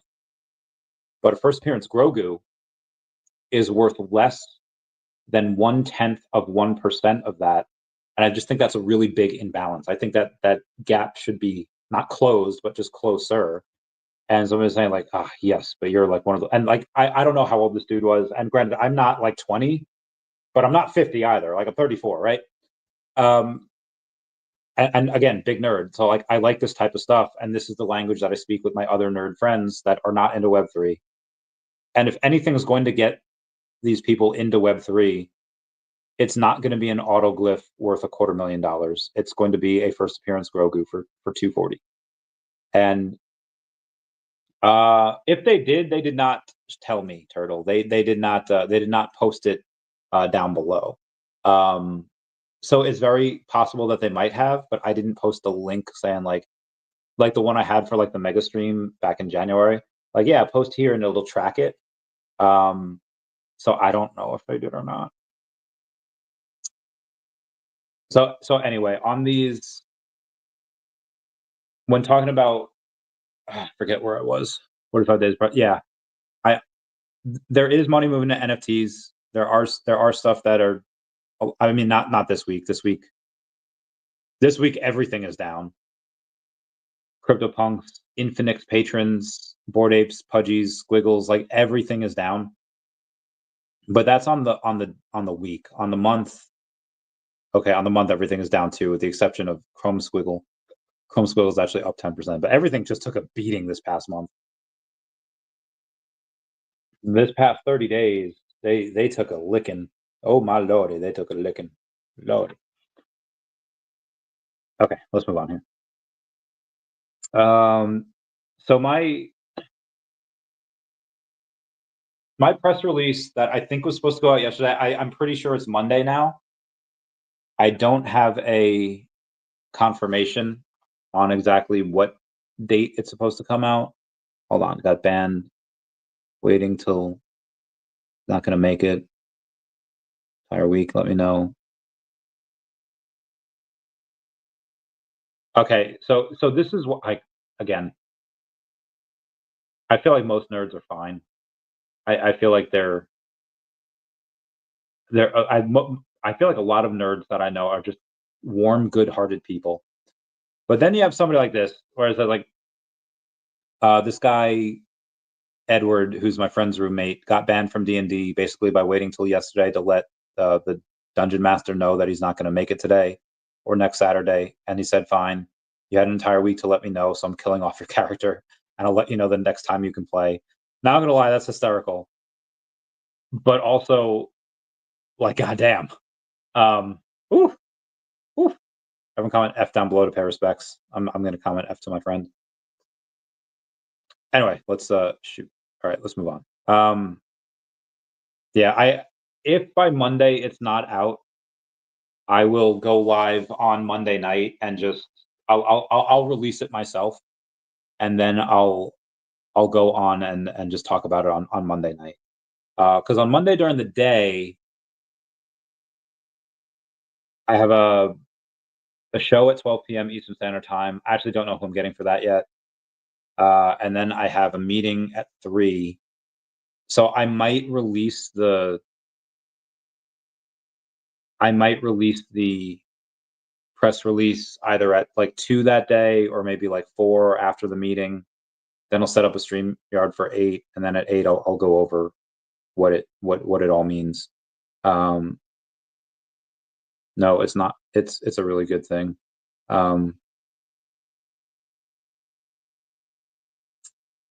Yes, but I hold on. Yes, seems like dude was a douchebag, but he died. So F. Ha ha ha ha. Okay. Let's move on. We have a guy named Savid Gold saying, "I have a Facebook group with over 11,000 members. It's for buying and selling cars." It says, "I have a Facebook group." Okay, I thought, why not? I have pinned this to Facebook of my group, and he's talking about and he's actually giving out his VeVe code, saying VeVe has fully licensed limited edition NFTs for Maserati and Lamborghini. Get $10 off via the link. And yeah, if you want $10 off, link down below. Stablecoin activity is uncorrelated with crypto trading volume, which is a sign of product market fit. And crypto firm Gemini confidentially files for US IPO. The latest 13 F filings for Q1 2025 show investment advisors grew their spot Bitcoin ETF holdings from 10.8% to 12.4% over the quarter. Oh man, I really hope Elon and Trump make up. My bags are suffering. It was 12 years ago on this day. On this day, yeah, I see clearly. Sorry. On this day, 12 years ago, I was playing the game Pokemon Fusion. That's where you could take one Pokemon and another and fuse them together. I chose Mr. Mime and Staryu. And do you want to know what it made? It made Mr. U. I repeat, on this day in 2013, I was playing Pokemon as Mr. Mime and a Staryu to create. Oh God, I created Mr. U, and I thought, how ironic. I created a character which I didn't know, but I would know one day. And if that isn't a sign that one day we will get Pokemon, I just don't know what is. Also on this day, X amount of years ago, people were trying to help poor old Queen Elizabeth down the stairs, and there's Putin, just like, nah, fam, he ain't doing that. And that's a wrap. A Comey post. A huge shout out to all the OMI fam who came out to represent and hang with us at NFC Summit Lisbon. Welcome to all of the new users who are onboarded onto the world of Web3 and digital collecting from all of us at Comey. I can't wait to see you again. That is a Miley Cyrus reference. The last time I freaked out, I just kept looking down. The sister stutter. Sorry. Ash Crypto Reels is breaking.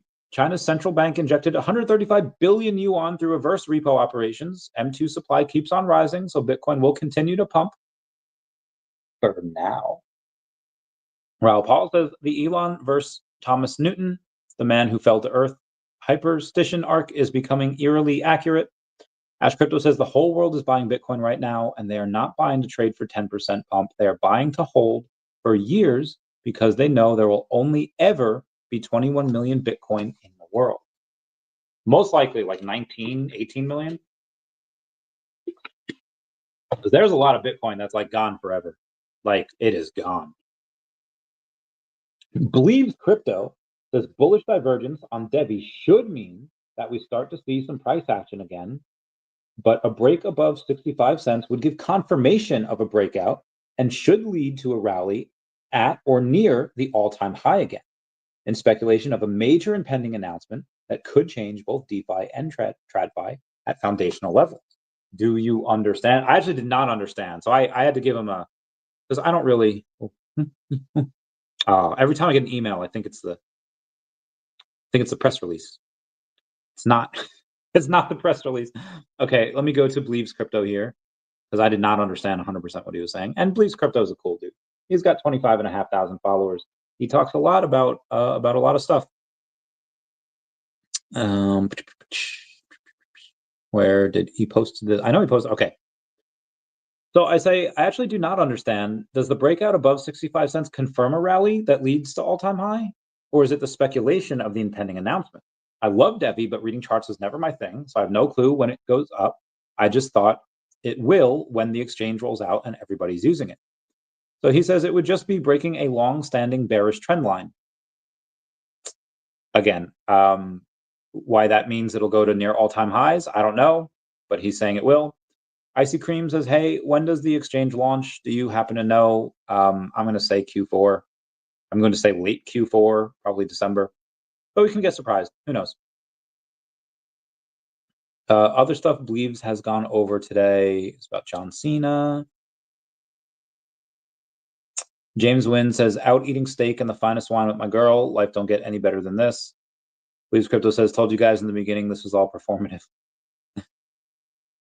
If altcoins explode tomorrow, are you prepared? I am not. I am not prepared. And then let's move on from that. $1.5 trillion Deutsche Bank considers issuing its own crypto stablecoin. Thought that was interesting. Oh, okay, we have some numbers here. There's usually 758 people that make a purchase, sale, or promotional code enter, but last week it was 659 people. And there was 8 people made their first purchase last week for 64 on average. So again, that's kind of upsetting that you have an average of 64 people making their first purchase each week, and last week we did 8. So that's not a lot. Also, we have not yet had a day where we had 1,000 users or more in the month of June. Granted, it's only the first couple of days, but we haven't had that in the end of May either. Actually, the last time we had a day where we had over 1,000 users in a day, give me a second and I'll find it. I will find it for you.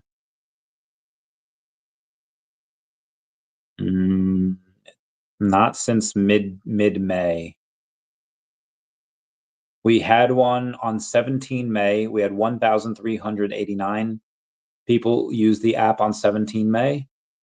And that was the last time we had over 1,000 users. So that is, or on a single day. So again, really disappointed to see that. Would really like to see more people buying, or at least active on the app. So yeah. President Trump says his relationship with Elon Musk is over. RIP. President Trump says Elon Musk will face very serious consequences if he funds Democrats. Oh, Trump. Why? Be advised, nobody was telling me to go to Lisbon, despite what some people say. And people saying that there was an OMI-specific announcement at Lisbon. If there was, that wasn't the team. That was just random people making up their own narratives. China is sending Vice Premier He Lifeng to the United Kingdom from June 8th to June 13th to meet up with top U.S. officials. On the American side are Treasury Secretary Scott Bessent, Commerce Secretary Howard Lutnick, and Trade Representative Jameson Greer. This is the first official meeting of a new group meant to manage trade talks between the two countries. They already had a warm-up meeting this May. This time it's serious. Why meet in the UK? Instead of flipping a coin on who hosts, they chose a neutral ground, keeps things calm and the tea flowing. Topics will reportedly include tariffs, fights over technology, and which side is breaking more rules. Put some LSD in their tea. South Korea's new president plans to create a special committee on digital assets reform, Bitcoin, and crypto laws. What I like to see. Yeah, it was Memezilla this morning where I was preaching the good word of DECAT and VeVe. Biggest sale we've ever seen in Stackr. That Miles Morales sold for 30 million OMI, which is great. House of Bane finally passed 1 million MCP points. Point mark on the 4-year mark, level 60, 6 million OMI, gold and silver logo, number 242. VeVe affiliate taking a balanced and tempered approach to all projects. I think it's awesome that people are just like, yeah, they're celebrating these milestones. I think that's great. I think it's great. And shout out to Bill Gardner. Now that has 2 gold logos. Good for you, Bill Gardner. Good for you. I have to. What are the prices of a gold logo now? Gold. All right, we got to search in VeVe Gold. I put goals, GOLS, instead of GOLD because I'm stupid. All right, the floor for a gold logo is $3,500. So if you want one, you got to get it. Although actually, it's 16. Yeah, it's actually like 30. What's the price of OMI right now? It might be even more expensive than OMI. It's $34.72. You save like $20-something if you get it in OMI. So not really worth it. That's wild. What is Partners? I think Partners went down to like 900 a couple days ago. But now I think it's above 1,000. It's 1044. But in OMI,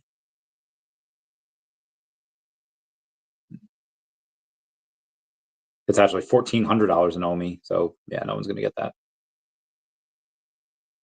Okay. Final day off, describe political leanings, 9.8 cup Silver Surfer, we already went over. Oh, VeVe Meister said 600,000 OMI removed from the circulating supply in one transaction. It's cool because one can verify it, blockchain technology and stuff. I thought that was pretty cool. Eric Cryptoman said, need more base coins. Show me some future 10Xs. You want to know what I did? I said, the VeVe company has the largest platform in the world for digital collectibles. The OMI token powers their ecosystem, all secondary sales on Stackr World, and is the main currency used inside of their metaverse called the VeVeverse. It's one of my biggest bags, and I think more people should comment on that. Should all raid together. VeVe Digital Collectible says, they've trashed the timeline and now they rule it. The chaos cranks up as the kids leap from World War II to the neon-soaked 1980s, where garbage pail kids are the dominant species and humans are the outcasts. It's Planet of the Garbage Pail Kids, and you're just living in it. Time travel, toilet humor, and total anarchy await. Dynamite Comics, Garbage Pail Kids, Trashing Through Time #1 is available to collect and read on VeVe Comics. That sounds wild. Guy, has made it to level 40 on VeVe Official, slow and steady. So I'm really happy that people are taking these little celebrations for these accomplishments. Very happy about that. Shout out to DECAT token. That is #1 on Memezilla yet again. And that is going to be it for that. I said we'll go over crypto Twitter, right? Yeah. Sir Shillslot is hosting a space called Paw After Party. Aaron Awful says, Feds drop gear from choppers as LA riots spiral. Riot squads in LA just got an airlifted care package courtesy of federal law enforcement. Anti-ICE protests have spiraled into full-blown street chaos, and Newsom's nowhere to be found while cars burn and cops get pelted. Trump's response, drop the gear, send the guard, and fix what California won't. California's a shithole. Really, LA. Aaron Flores says, I think we got ripped off with Earth 2. Just looking at my portfolio. When are we ever supposed to actually start playing the game? I'm not sure the last time. Actually, I want to take a look at Earth 2. I've actually just recently, I made a post on this. I don't know when it was. It was a couple days ago. Where, okay, I don't need the banker token anymore. Let me focus on Essence. Earth 2. Glad to see it's the first one that came up. I haven't had any bids on any properties in like months, right? Maybe even like this whole year. And then I get a bunch of bids on my Earth 2 stuff. Like, so they have hundreds of thousands of views on their videos. They go in and they just launched a really cool article talking about Essence and Burn. You know that GTA 6 has been delayed for like a decade now, right? The game was supposed to come out a few years ago, but they had this one guy, Ben Gadenzi, that is just a trash human being, that tried to scam them. They thankfully saw through who he was early enough where they didn't have to take the company didn't have to go through what VeVe went through, or and part of all these lawsuits and ownership of the company, et cetera, et cetera. But again, he did delay us by years. So this is like I said, a very trash human. I hope he. I can't say what I hope happens, but yeah. Anyway, they were delayed for that, and the delayment is just not even part of tech, it's just part of what happens in life sometimes. But they're good. They're still kicking. They're still operating. They're still making money. They throw out skins every now and then, possibly when they need money, and they use that to fund everything else. I bought my entire old forward operating bases in Helmand Province, Afghanistan. Eager to start playing the game on Earth 2. You aren't even playing the game yet. I have like over 1,000 tiles in Helmand Province. Well, probably collecting a bit of essence on that. How much essence do you have? I would say you probably have a bit of essence on it.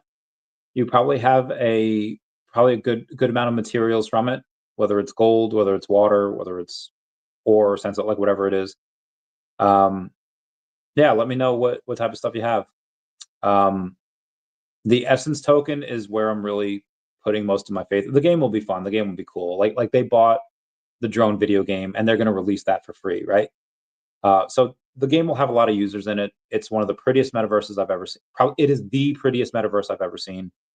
The only thing they're really lacking is IP. IP is something that they don't have any of their own yet. Now, granted, all of the tiles they sold were 100% theirs. Maybe a little bit of map boxes since I partnered with them. But games take time to build.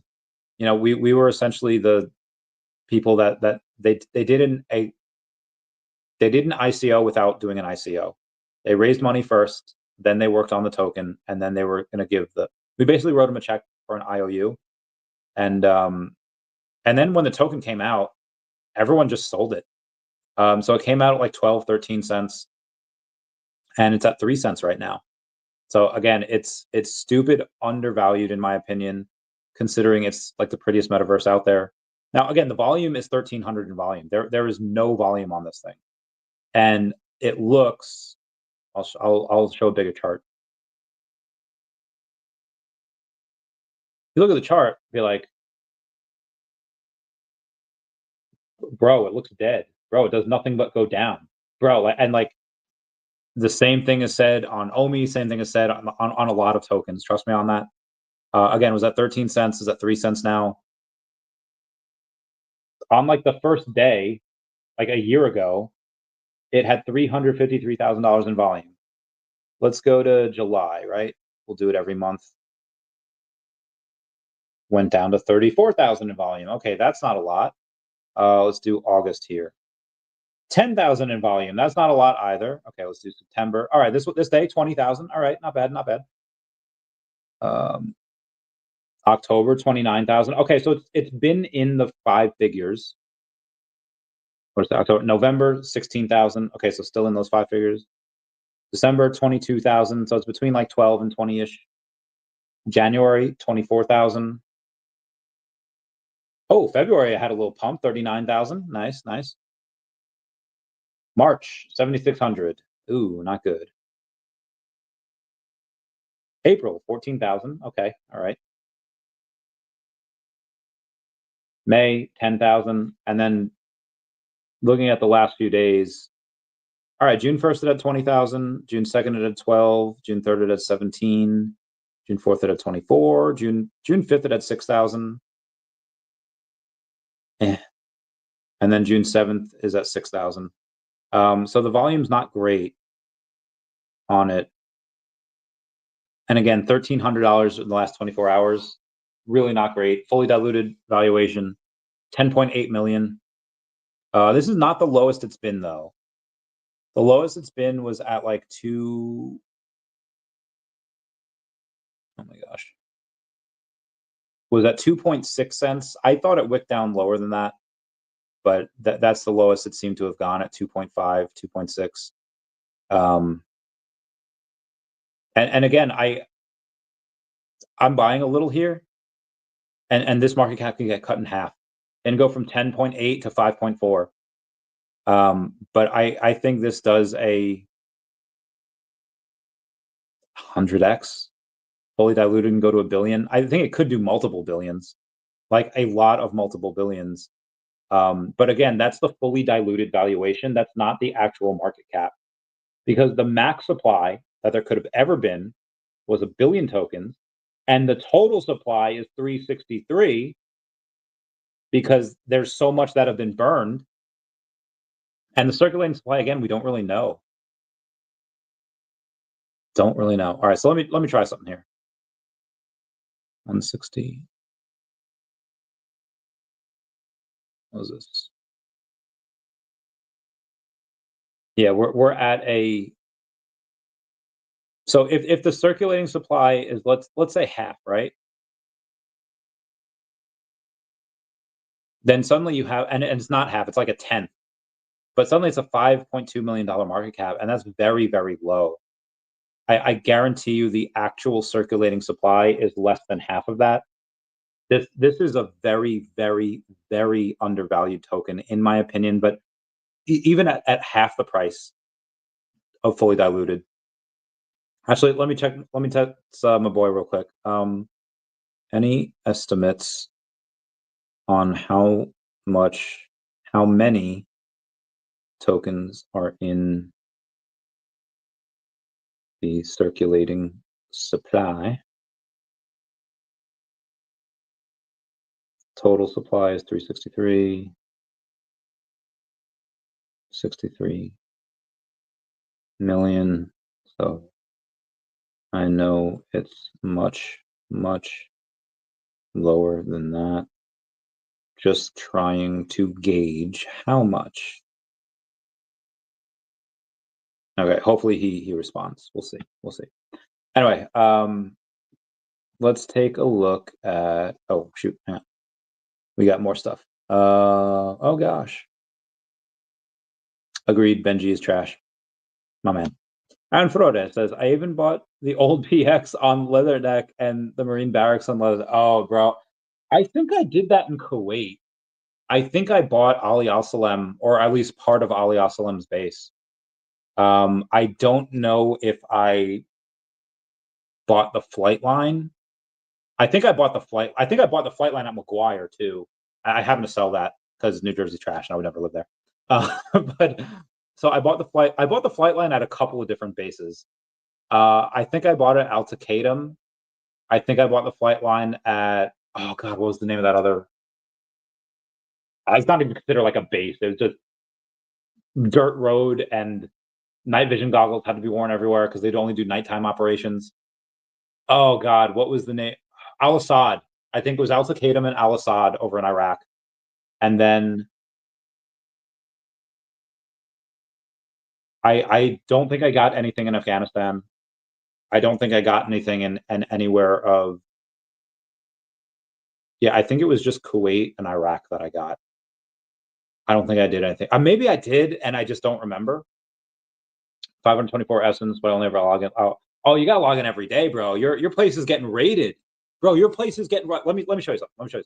Let me show. Oh, I can't. Oh, maybe I can. Hang on. And on this day, I see clearly everything has come to life. Better place and a broken dream. Okay, sorry. Let me show you how many transactions happen per second. Oh, I have to sign in. I think I have to sign in order to see it, and I just can't right now because my 2FA is not on my phone. So I guess there was a bid on my property in Aruba. Now the sale price for it is like $50. But it is. But again, I can't see it because I'm not signed in. So I'll get back to you at some point on it. Oh God. That's amazing. Amazing shirt. Is that flirting? Am I flirting with her? Oh, I hope not. Okay. She had a great shirt. I said Essence 4 would be $7 when it released. I was expecting it to be much higher as well.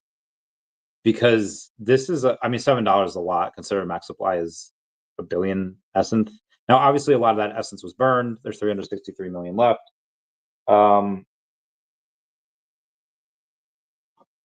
I think it'll be multiple dollars at some because again, now at a total supply, you could have it $3 and it'd be just around $1 billion market cap. But again, that's the total supply. We don't know what the circulating supply is, and I am so I'm so salty about that. Also, you have this guy Del Sane before. I don't even know who he is, but I got tagged in it. Del Sane, apparently an Earth 2 pioneer and unofficial poll master, had said before, what are you most excited for this month? Chapter 1 early release, Pride celebrations, end of Pride celebrations, or my unmuting on Discord? So as you can see, I voted for Chapter 1 early access, and I wasn't homophobic like the rest of these guys. Anyway, I just said Essence tokens going to the moon. That's what I'm excited for. And he responds, it's gonna happen, sex depending. And I don't even think you need a sex for it to go moon. I think so I said waiting for the metaverse narrative to hit, and he responds, are you still following Earth 2? Do you think metaverse hype will return?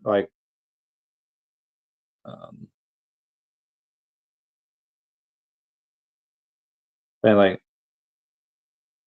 I'm talking about it on live right now.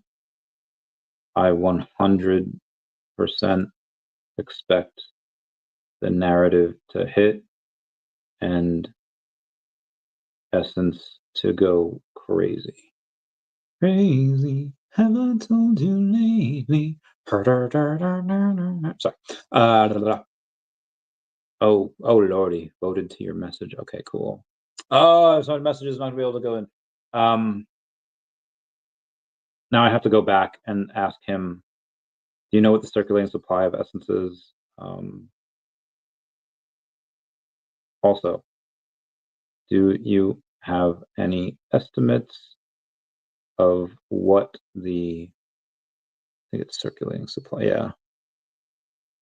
Circulating supply is, my fans want to know. I could probably text Zombie or Bill Gardner, they might know. I just want to start playing with. So you can play already with the, like you can raid, you could build side droids and then you could raid other people's property for their ether. And I think you could do it for their materials as well. And then they don't, so again, like it costs ether, it costs essence to build these side droids. But eventually, if you keep logging in and you keep raiding other people, then you make it back and then some, and then you're all in profit. Then yeah, then it's really good. So if you log in, you click your profile, and on your profile it should say how much ether you have, and then you convert it to essence. And it takes like a couple of seconds, and a couple of seconds is just like, okay, takes a few seconds, it's done, you convert to essence. Now you could use that, and again, I have not a lot.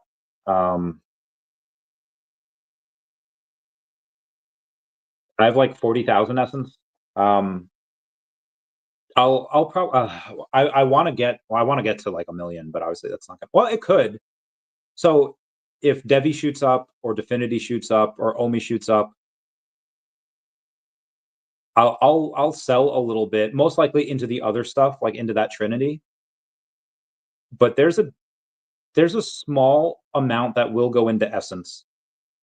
And I'm not mentioning the cat in this because I don't plan on selling the cat for a while. So like when I buy into, like, so if the cat goes up like 10x, right? I'm probably not going to sell too much because one, I'm the freaking face behind the IP, so that wouldn't look great. But also because a 10x from here for that is like, $16 million market cap, and it's still not really where I would want it to go. Again, I said I could get it to 10 million, so I'm not expecting it to do a 10x right away. It very well could, because you saw what Crappy Bird did recently. It's up like 1,000% this month. So yeah, obviously anything can catch fire at any time. But the reason I'm not adding that in this is because even if it does like a 20x, if I do sell out of it, it's really not going to go to buy other things just yet, because I want to put it back into the company. I want to put it back into the IP. Whereas DEVVE, like I don't work for DEVVE. Like I'm an affiliate for DEVVE. Link down below to the DEVVE exchange. But again, I don't like work for them. Definity, on the other hand, which they sponsor the channel, and not only do I own a lot of their token, I actually own a small percent of the Definity Networks company. It is a very small minority percent, but I don't necessarily get much out of the. I mean, I'll get a lot when they're worth like $500 million. Then it's like, oh, nice, get a nice little chunk of change there. And they'll probably get offers for more than that. But for and for OMI, same thing. Like I don't work for the company. I've never worked for the company. There's no quid pro quo. All of these other things, if DEVVE goes up first, okay, I'll split it between, let's say 60% Definity, 25% DEVVE, or I'm sorry, 60% Definity, 25% OMI, then like 10% Decat and 5% Essence, right? And I'll do that for each one. And this way, Essence, so let's say 1,400 is for, I can just do the math real quick.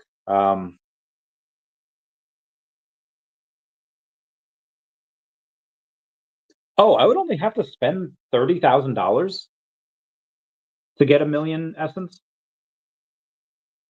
That's not bad. If I only have to spend $30,000 to get 1,000,000 essence, that's really not bad.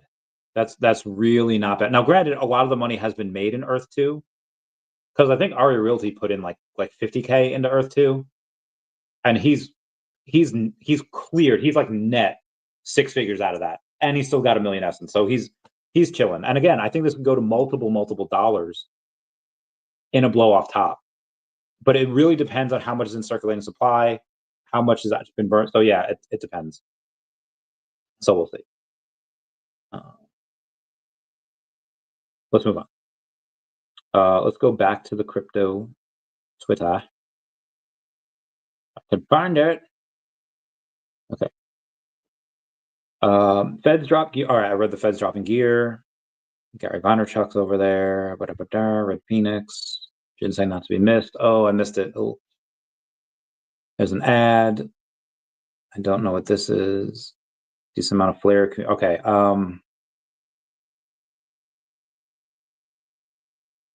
Cooking on our movement this week. All right. So Ghost says we've been cooking on our movement this week. This will be so competitive for players. I don't know what this is. This is really cool. Find me a more dynamic movement than hyperspeed in mobile gaming. That looks really cool. What is Ghost? Founder at Play Planet X. Play Planet X is building the world's biggest treasure hunt, win real-world prizes, daily iOS and Android powered by GalaxCoin. GalaxCoin, powering viral gaming experiences. Launch partner Play Planet X. Sign up for pre-sale now. PlanetX.comi.io. I'm going to see what this is all about, because that little clip that looked cool. Is it our website? Find out Xdroid, Xpod, Xkey. Ooh, a Sika egg. What are the? I love eggs. Okay, so on OpenSea you could buy their Sika eggs. How many of these are there? Okay, there's 1,248 of them. There is next to no volume on these guys, but a Sika egg is 0.015 ETH. What is an ETH right now?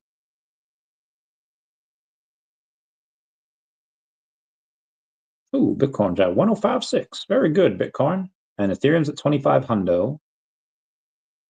So at 25 hundo, it's not. So 0.1 would be 250. So 0.01, 25 plus. So $37, $37.50. But what do they do? What do they do? And that's for egg number 1039. Egg number 669 is 17. Do they have 666? Oh, 679, 678, 680, 1055, 515, 501. How much for this one? Oh, it's just a make offer. Okay, this one's not even listed. Okay. Holders. How many holders? Oh my God, there's some people that own 140 of these freaking things. That is nuts. I feel like Angry Beavers. That was nuts. To make a big splash, have to own a lot of these. I guess there's traits on them. No items found. Okay. So there doesn't seem to be a big amount of these. 241 holders. Floor price is like $37. Let's go back to digital asset utilities. So these are digital assets. Okay, so Planet X has 69,000 followers. I have a comment nice down below with 69. But Ghost has almost 17,000 followers on a mission to build the world's largest treasure hunt. Where was that? Say we've been cooking on our movement this week. It looks really cool. Hyperspeed. This looks really cool. I'm on live right meow. Check DM. Let me give Ghost a follow here. I'll say meow. My name is Randy Chavez. Oh God, I misspelled my own name. Oh God. All right, Chavez. I'm currently live on X, and I put Z, X and YouTube. Was wondering if you could tell me a bit about the game. I checked the eggs and it looked like there wasn't a ton of volume, but still looked cool. Can I get you on the show sometime? Gave him a follow. We'll see what he responds. Oh God, my back. Oh, my other back. Oh God. Okay. All right. Marin Awful says Michael Saylor says you should get your Bitcoin before there's no more Bitcoin for you. That's a great line. Stackr says beach, beats, and builders. Bears. Beats. Battlestar Galactica. Dom from Easy A says one of the best things you can do as a parent is to get your kid learning about crypto and blockchain. We'll put them 10 steps ahead of their peers. The best place to do it is Easy App A. Will you come on the podcast, please, Dom? Dom? Khaki. Everyone's worried about investments. I'm worried about Yeti drug adventures, dude. Google's VO3 is just, oh my God, it's incredible. It's too real. Like, tell me this shit don't look real. It looks hella real. Assassination attempt on leading president candidate Miguel Uribe is a vile attack on democracy. This evil act must be investigated, and anyone responsible directly or indirectly must face swift punishment. Ow, my back. Oh, yeah. Oh, sorry. Ooh. Ooh. I feel like I'm giving birth here. Breaking. Trump deploys National Guard into LA to tackle migrant riots. Trump's border chief says the National Guard is rolling into Los Angeles within hours as violent migrant protests spiral out of control. My guys, I don't. All right, maybe I'm getting a little too boomer here, but like, I understand the feelings that you might get if you're young, bleeding heart liberal, right? Like it's that old saying, like if you're young and you're not liberal, you don't have a heart, right? That's the first half, and the second half is like if you're old and not a conservative, you don't have a brain type of deal, right? Because like we're a lot more empathetic when we're younger, and I get it. If it's said if you're just raised in a certain part of, and again, this like 90s, 2000s, where everyone was kind like, okay, I'm not gonna lie, LA was not the place to be. There's been riots in LA for a long time, but LA is so filled with culture. It's like, damn, like if you could avoid getting shot, like, dude, the food is great, atmosphere was great, a lot of stuff was great, right? And everyone was kind of cool with each other. So if let's say you're in middle school, high school, you read like a Malcolm X book, you read like The Outsiders, or you read like you know, and you get these things of like racism or counter racism like inculcated in you, saying like, we live the way we do because the white people keep us down. And you have this like, it's not even poverty, because not a lot of these people are in poverty. It's relative poverty, where if you have people all living around the same lifestyle, that there's next to no crime. But if you have some people that are maybe not even destitute, but pretty poor compared to like just two roads down, people living lavish lifestyles, you get this thing called relative poverty. And again, if you're told from a young age, well, money goes to money, and yeah, it's the rich people, it's the white people, and I could understand how certain things can be politicized. Like they're keeping people in cages, they're arresting the parents, and they're keeping the kids as slave, and like then people start to lie and they politicize the crap out of it. So I could understand the fact that like, you know what, they're doing it to kids now, but they'll come for you next, and trying to make this like Hitlerian. They're trying to make a lot of these people out to be like neo-Nazis, and it's like, bro, they're just, how do you expect some people to react when they're trying to have a business but then the protesters outside are like attacking their customers. Like, what are you supposed to do? So of course, like you have ICE coming in, like, hey, like we've kind of let this slide because people have been really cool, they've been pretty chill, but now things are not so chill, and there's just a demand to get a lot of these people out of there, because granted, half of them shouldn't be there. And again, if let's say you're born in America, and you just get all riled up, and you have this mob mentality of like, yeah, screw these people because they're rich and I'm not, and it's because the system keeps me down, it's because patriarchy keeps me down, like whatever. So I understand why certain people do this if they haven't been shown like, hey, there's reasons for this. But I think the right has to understand also that you have to take care of the poor in certain ways, because if they don't, then these riot happens. If particularly young men say like, hey, the deck is stacked against me and I can't get a good position on the board, then what do? They just flip the board over and say, okay, new game. So you really have to pay attention to that. But yeah, anyway, I'm getting way ahead of myself here. Foge, what's up, folks? As I'm very pleased with Stackr. Works smooth to buy and sell. I also have some exposure with base, so it's a perfect platform. I see your strat on OMI versus like Todd stacking. OMI has much potential to grow. I agree. Are you worried about hot encounters? Nah, I was worried. So my neighbor the other day had just like his alarm. I didn't know his alarm was going off. I just like the dog was barking.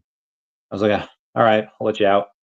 I let him out, and there's like lights being shined in the backyard. I was like, okay, they're either here to rob the place and they're gonna shoot me in the dog, or I just don't see nothing. So I'm just like talking to Ralphie, like, hey, Ralphie, you do your business, right? I'm gonna go pee by this tree over here.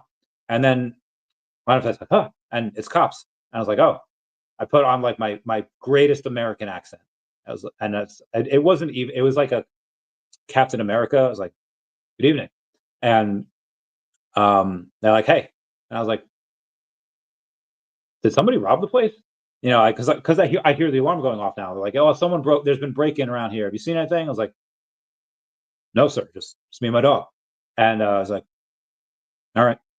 Then he goes back. So I was like, because again, I know the way I look, and but again, it's fine if there was like so I mean, like I have ID. I've been in this country for 30 plus years. I have ID. I have a social security card. I have like a passport. So like if they need any ID, I provide it. I have no formal education in that. I graduated high school a long time ago. Do you believe the people do not exploit the poor?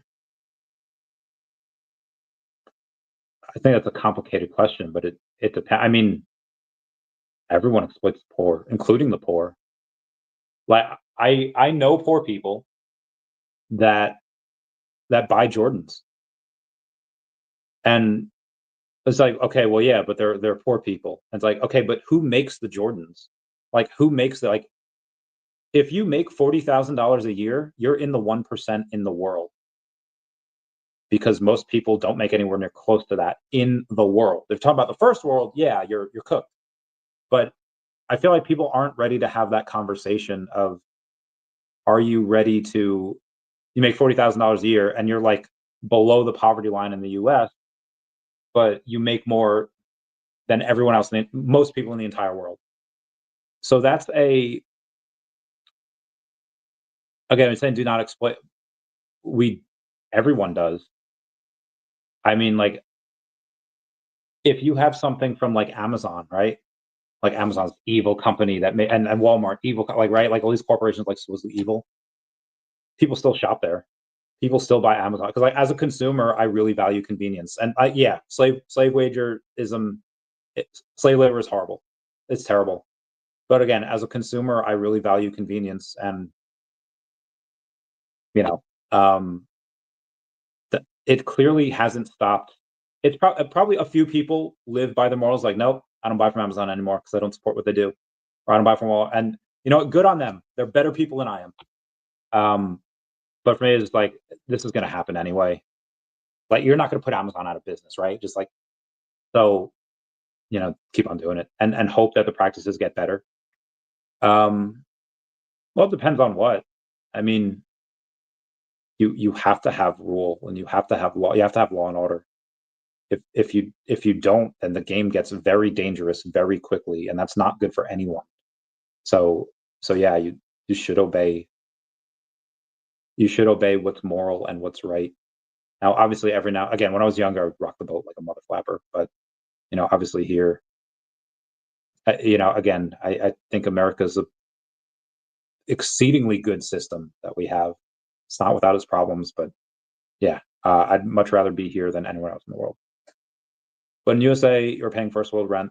Yeah, you are. But again, you don't really have to. Like, I distinctly remember, this is like 2017, 2018.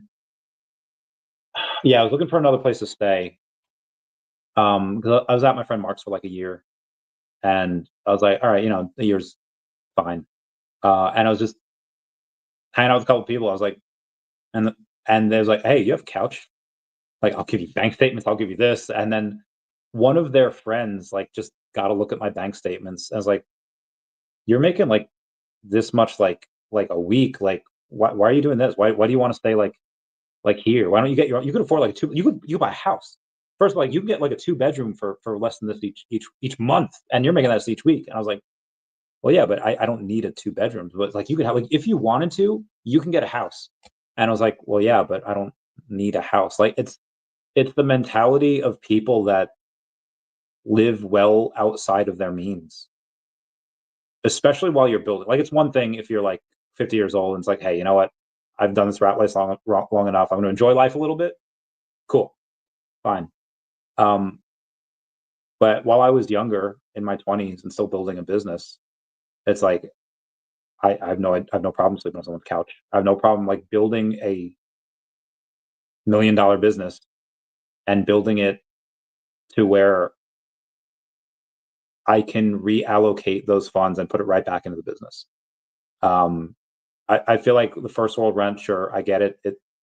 Because people don't want to live in, and nobody wants to live in like the ghetto, but if that's the sacrifice you have to make. That's the dice that you have to roll in order to save money, invest, and make it harder. Like, if I wanted to, if I played the game right, if I had after the military, even right, most people don't go to the military because it's very hard to get in the military.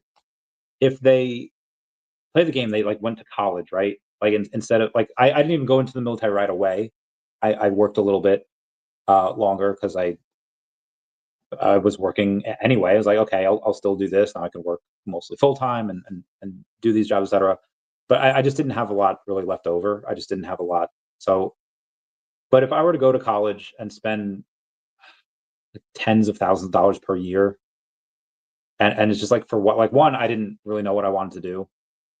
Maybe in the medical field, since I was already in the medical field, in the veterinary field. But do that, you rack up tens of thousands in debt. It's just, and most people back in the day didn't work into a field that they graduated in. And it's like, bro, this is wild. And I saw that already, so I was never going to do that. But let's say after the military, if we start there, 2017, I would still be kind of running that rat race. Like, again, people are like, oh no, go to college. I was going to go to college to become an X-ray technician, like a rad tech, right? And I would be running the rat race. I would have graduated. Let's say I think that's a 2-year degree. I would have been done in 2019. I would have started working. Then the pandemic would have happened, and I'm sure I'm probably would have got a job. Hospitals were busier than ever. But it just would have been shit. Like, if I didn't get into finance, my life would not be good. Granted, my back is pretty much destroyed right now, so but yeah, you don't just because you're in the first world doesn't mean you have to live outside your means. You could 100% live well within your means and save money. Almost everyone could. It's just most people choose not to. Management shareholders split labor, period. Management tries to do the best that they can because it makes them look good. But again, they're not, like, nobody's being forced to work any place they don't want to. if they, again, like Walmart's a publicly traded company, right? The shareholders are not forcing the people that work for them to work for them. They're saying, like, here's the standards that we set, here's the hours that you should work, but nobody's taking a gun to your head and forcing you to work for these companies. Like, you can always get another job, right? So I wouldn't say they exploit it. I would say that they set standards and they set how many hours you can work, whatever. And again, a lot of these people are like, oh, bro, I worked 28 hours this week. Bro, when I was working, I would do like, I don't, from 2017 to 2021, I don't think there was a week where I work less than 60 hours. And when I had two businesses, it was upwards towards 90. So people like claiming that full-time job, I'm so tired, like, blow me. Management exploits labor. Again, they set up the schedule, but most of them, I'm going to say, don't allow people to work more than 32 hours a week now because that's considered full-time. So again, I don't see any exploitation happening. There are work requirements. You are forced to work. No, you're not. You are not forced to work for that company. If you want to work for that company, you have to adhere by a set of rules, but you are not forced to work for any one company. Walmart is often the only job in town. Like, in what area? Like bullshit on that comment. You seem to not know how bad it is in the USA for most. I'm doing very well, but most are not. Again, in what area? Like, if you're talking about this, like, podunk town in Arkansas, again, that might be the only job that you can get in, like, retail, or it might be the only job you can get in, like, produce or whatever, but I guarantee you there are other jobs elsewhere outside of just a Walmart. And again, if there isn't, you don't have to work in the same town that you live in. You could work in another town, or you could move. Did not, and again, I've been pretty far over the US in most states, as in America is podunk, bruh. Are you going by population, or are you going by, like, landmass area? Because by population, mostly big cities. But if you're going by, like, real America, like in the Midwest, yeah, sure. But part of the reason why I never dated anyone from New Jersey is because the only people left in New Jersey were people that were not smart enough to get out of New Jersey. And if they, like, I just wouldn't date anyone from New Jersey because it's a shitty place. There's a shithole. Has Atlantic City, which is cool. It's close to New York City, which is cool. It's close to Philadelphia, which is cool. But the actual state just sucks. High taxes. Again, not a lot to do there. Okay, going by landmass. Yeah, there's a large landmass in Alaska, and there's not much there. You're right. The large landmasses in a lot of the Midwest, a lot of the flyover towns. But again, if you go by that, again, you don't have to live there. Even if you live there, you don't have to work there. You can work remote. There's a bunch of options out there. If you go population, 65% of USA is podunk. Okay, and again, they don't have to live there, and if they do, they could work more than one job. I'm not counting Alaska. Well, Alaska's part of the US. And anyway, I think Alaska actually helps your case in this one. Oh,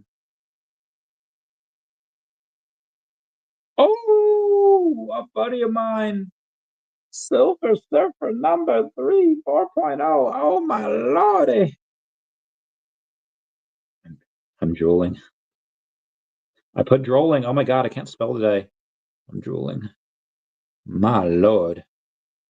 Oh god, there's a bunch of, okay, Space Penguins replied. I'm gonna give them some hearts. I'll say, like, working on your story today. Great times. I'm still alive. Okay. What else is over on the X? Nancy Mace, how you doing? Space Penguins, post sent. Ari Realty got back to me. Total supplies, okay. A ton has been burned. So okay, hang on a second here. I have to go talk about Essence with Aria.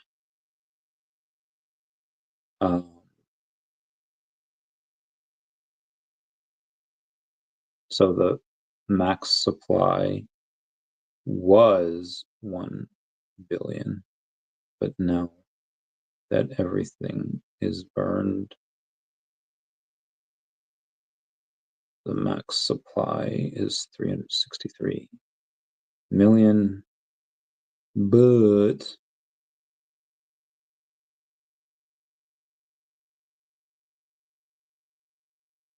that's what the max could be.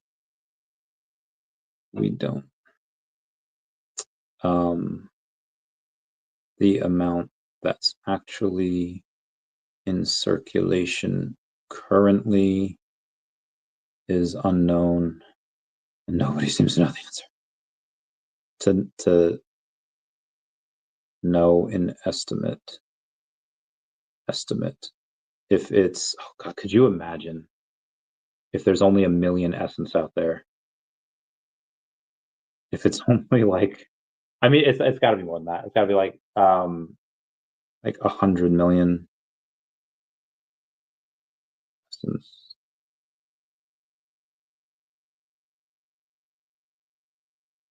That's the $3 million market cap, and that's so fucking undervalued.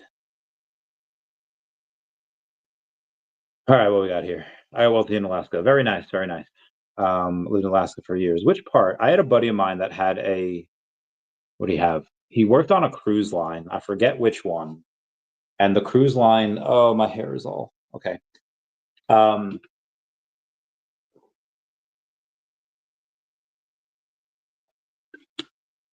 Oh my God, water is so good. He would go into this town. I forget which one. It was a town that kind of only existed for the cruise ships. And he said there was this beautiful girl there. And she just talked to him, and she's like, "Oh, you're from New York." Oh. And I think he wound up dating her. Like he had to go away and finish his cruise tour thing. And then he went back, and I don't know if he took her away from there or he lived there for a little while, but either way, I thought it was a nice romantic thing. Most in Alaska are doing okay. Good stuff. Good stuff. I heard you get tax credits for living there because I think people wanted to like incentivize people to go to Alaska. Yeah, I heard like the final frontier, right? Right. They pull gold from the ground in Alaska. No excuses there. I think they're also going to have a bunch of the drill baby drill there, which is great for energy. I don't think it's so good for the animals that are there, but you know, yeah, I progress, right? Yeah, I feel really bad for the animals. You know, if they only allow, like, okay, out of however much territory, take this amount for drilling, leave the rest for animals, cool. I just really want to make sure that, or I hope that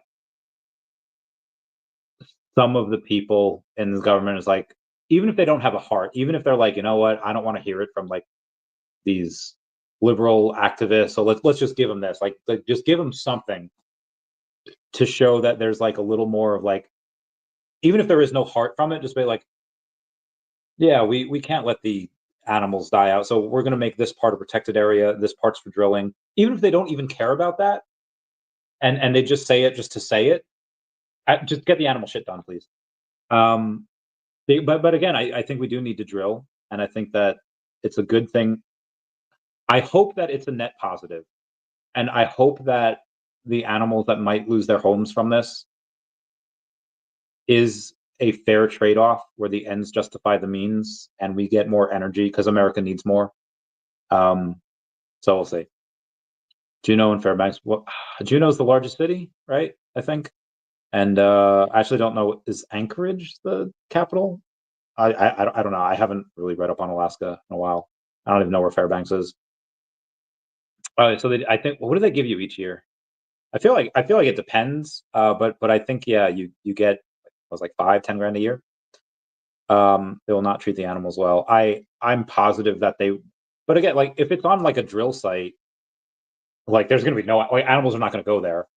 You know, once a couple get pew-pewed, you know, the animals will be like, okay, stay away from this place. But I think like, but again, once it's up and running, you lay that pipe, you like, you don't leave the pipe exposed. You lay the pipe, you throw shit over it, and then it's like done. And then animals like walk the trails. Like the animals that like survive and the ones that kind of go there afterward should be fine. But again, yeah, Anchorage be the big one. Okay. Anchorage be the big one, right? Okay. Comic today, put in a request. Oh, is this broken? Make them aware isn't reporting anymore, so usually it's something they have to fix on their end. Cool. Welcome to paradise.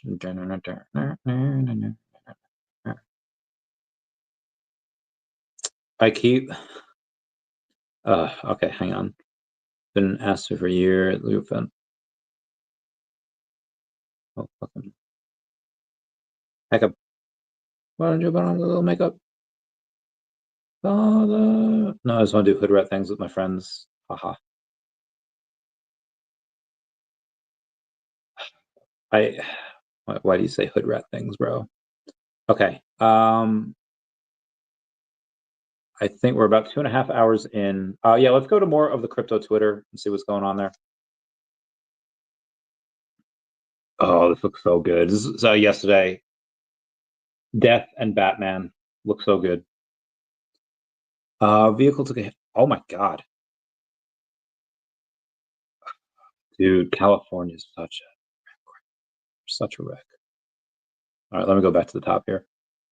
Dr. Ari Bernstein says, yo, check the mic. It's time to blaze the scene. I'm spitting bars sharper than a guillotine. Oh, this is good. Don't fade me, nah. I'm built to last. Flow so coldly. All right, this is a doctor. He's like a Jewish doctor here, and he'd be rapping about toilet dust. Toilet coin was mentioned in Financial Services Committee hearing. That is wild.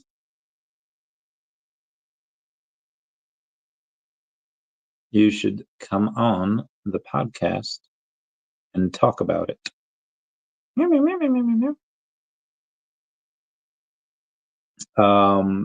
DeLorean Labs, the first major car brand to launch a native token. Be bold, lead the way. The rest will follow in time. It's very possible that I have some type of relationship with DeLorean Labs at some point. Maybe that's the announcement that I have. It's not. But that is really cool though. Tune in Volt fam. Oh, Volt fam. All right, good. Volt space. I have a good. All right, so from Space Penguin, they've read the first couple of pages. I think like the first 11 pages says it's so epic, man. I was totally locked in reading. You're really great at what you do. Everyone's going to love it. General Pepper of the Penguin Army. So glad to hear it. Wrote a bit more today and will be writing more tonight after the live. Oh my, I'm so glad he likes it. So I'm going to read that again from Space Penguin saying, it's so epic, man. I was totally locked in reading. You're really great at what you do, friend. Everyone's going to love it. Maxwell, beer money, your boy is about lit. Get that bread, son. Get it. I don't know why my hair does this. I think it only happens when I have a ponytail in that's not too tight. So let's try a sad ponytail. I feel like sad ponytails won't work. So let's just do a normal pony. And let's see if I can. Okay, we're going 4 on this one. We're going 4. All right, that should stay all tight. Thank you, Maxwell. Father, unto your hands I commend your spirit. All into your hands, why have you forsaken me? In your eyes forsaken me. In your heart forsaken me. Sorry. That's such a great song. So DeLorean Labs just followed me, and I followed them back. So again, like I said, we might be doing something with them. We'll see. Tara Bowles is breaking. Los Angeles Police Department says the protests remain peaceful. What? Not from the footage I've seen.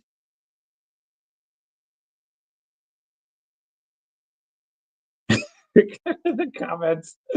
Dude, everyone reading this, legit facepalm. James Wood says, got up to 12 million OMI on my way to 20 at an average buy of 0003. Oh my God.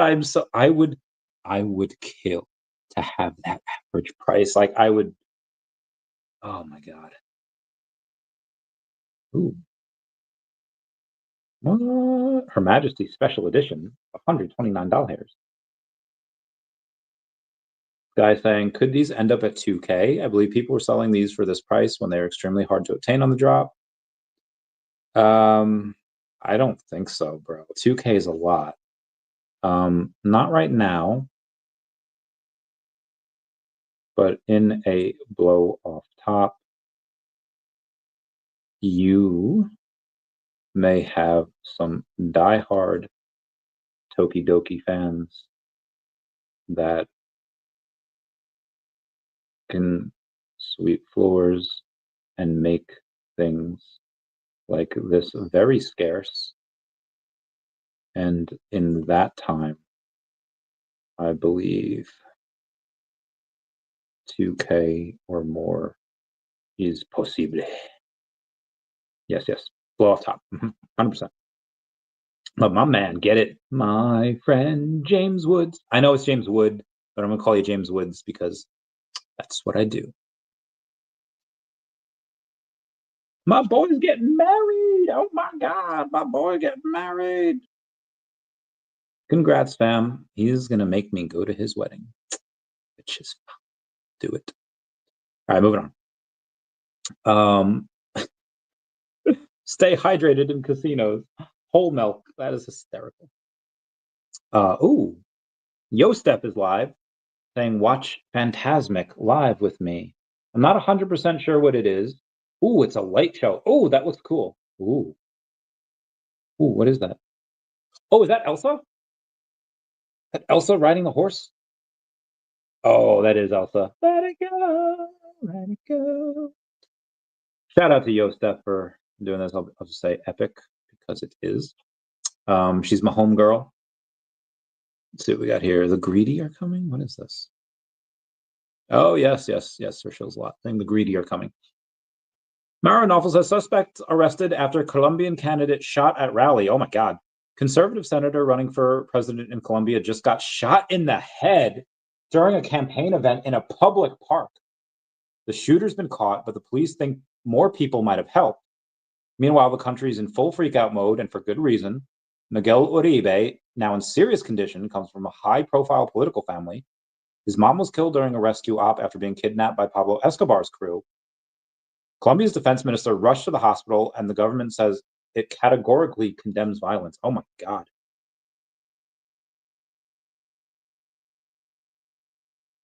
Clippy, let me get this to my boys. Where's my boys? Oh God. I'm going to send it to the wrong boys chat. Okay. Don't go to Colombia. Wow, they acted crazy down there. My God, man. Okay. So on funds at the moment. Yes. That's all good. It's all good. We will work something out. We will work something out that works for all of us. Okay. In your hearts forsaken me. Oh my God, that is horrible. Thoughts and prayers. What kind of part? That does not look like the type of roof I'd be twerking on. That does not look stable. What type of part? Is this AI? I can't even show this. This is. Oh, it's a midget. Oh my God, that midget's getting it. Good for him. Okay. Come gather round, people, wherever you roam. And I forget the rest of the song, but it's a good song. Times are changing. So that's a Trump. That's in Beverly. That is a Trump rally in Beverly Hills. I was not expecting that. That is a Trump rally in Beverly. When I think California, I think very, very liberal. And I mean, all right, hold on. A police officer uses stun grenades as officers approach protesters gathered around LA Federal Building after multiple decisions by ICE agents in downtown. Remain peaceful. Interesting. Rubio slams Colombian left attacker on Uribe. Is it Uribe? Uribe? I don't know. United States condemns in the strongest possible terms the attempted assassination of Senator Miguel Uribe as a direct threat to democracy and the result of violent, leftist rhetoric coming from the highest levels of Colombian government. Having seen firsthand Colombian progress over the last few decades to consolidate security and democracy, it can't afford to go back to the days of political violence.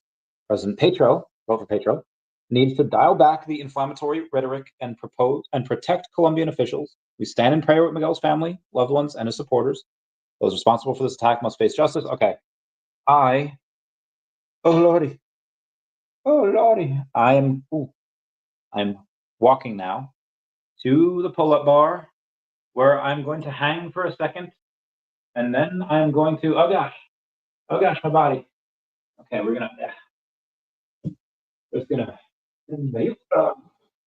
hanging, we're dropping.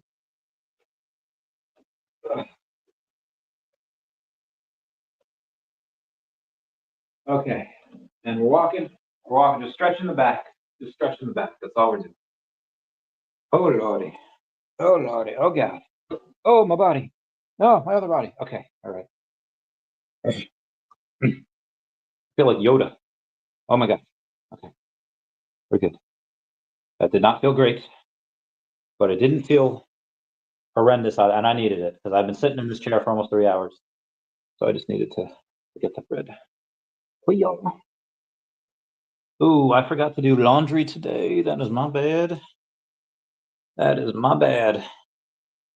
will do that tomorrow. I'll be holding you tight. Oh God, there's a lot of people in this chat that I haven't gotten back to yet. Battle Space is very good, entertaining. Sam is good, but the request to make. Okay, good. Howdy. Okay, let's move on. Rioters fireworks. Oh my God. Rioters fireworks spark brush fire in Compton clash, injuring several police officers. Is that dude wearing what is that dude wearing? It's wild. Troops can't get there fast enough. Oh no, bruh. Why are people doing that? Why are they lighting brush fires in California? That is so stupid.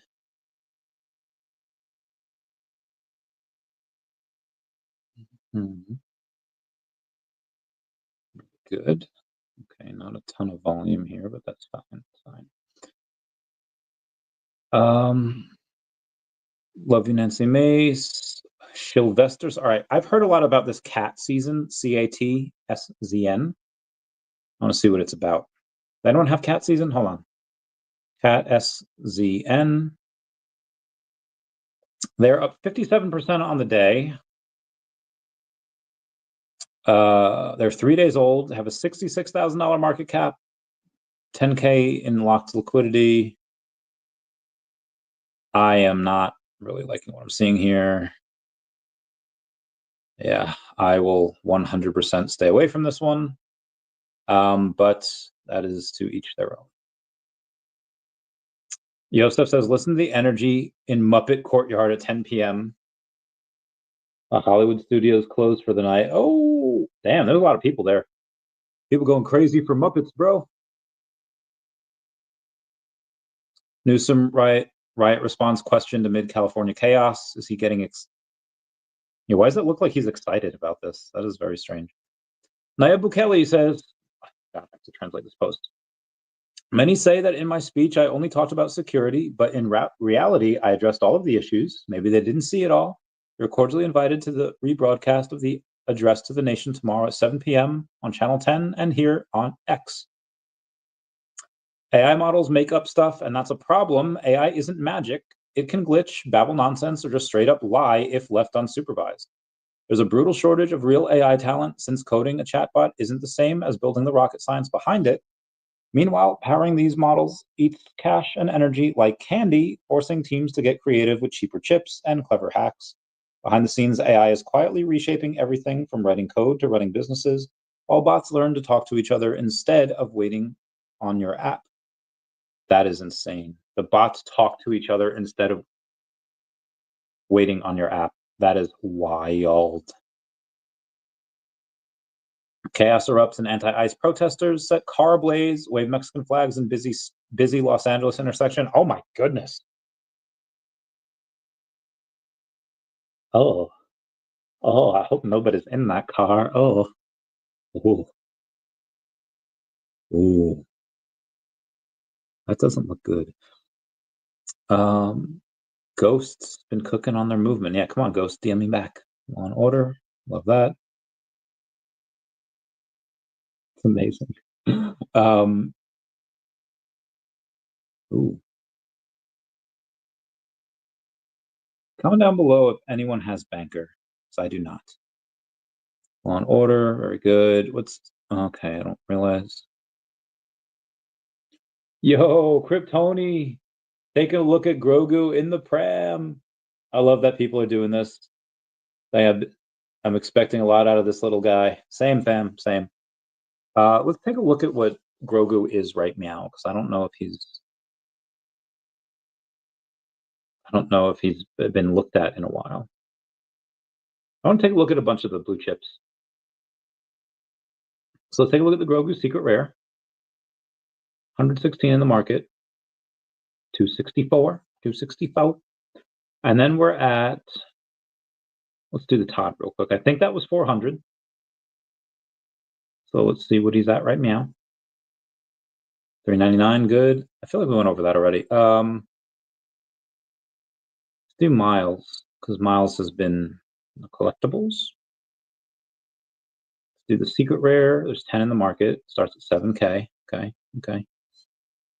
Let's just do Spider-Man in general.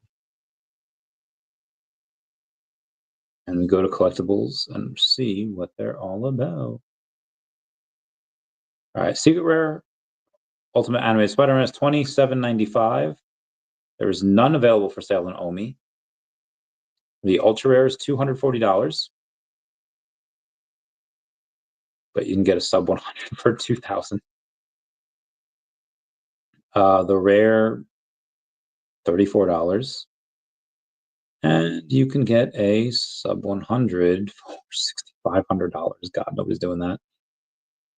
What's Miles Rare at? Miles Rare is at 155. Sub 100 is 2K that nobody's getting. Yeah, nobody's getting a lot of these. Okay. Let's do another 7 minutes just so I do the 3 hours. Then I'll get back to the Space Penguins because I love them. Let's see what's in my collection here. I got a symbiote the other day. I already had a couple, but I was like, yeah, I'll get another one. What is the Jenny light? How much is that light? Ooh, it's $77. I'm gonna sell it for 72. No.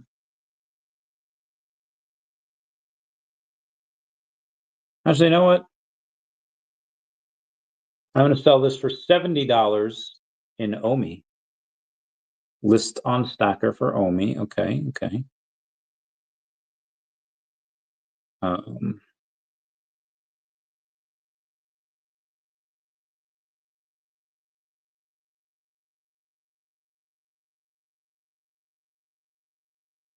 74.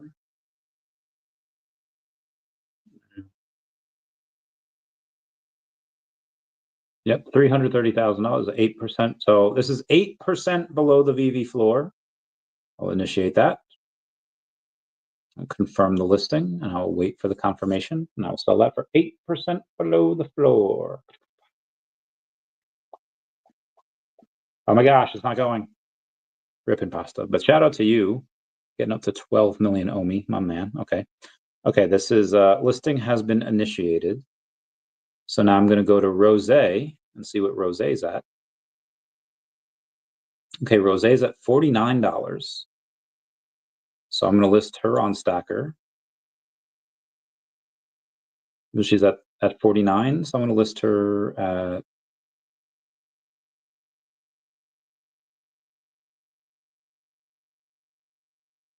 I was going to say for 43. I will list her for $41. She is 16% below floor. Yes, I am sure. Confirm listing. Listing her for, again, 16% below floor. So that is what she's going to get. Transaction submitted to base. I'm waiting for confirmation. And you'll be able to get, I don't even know what she was. That was Rose. Okay, what about Jenny Stylish Rare? I feel like she's not going to be. Oh, she is. A floor is $140. I'm sorry. Jenny Rare is $149. Okay, so we're going to sell this.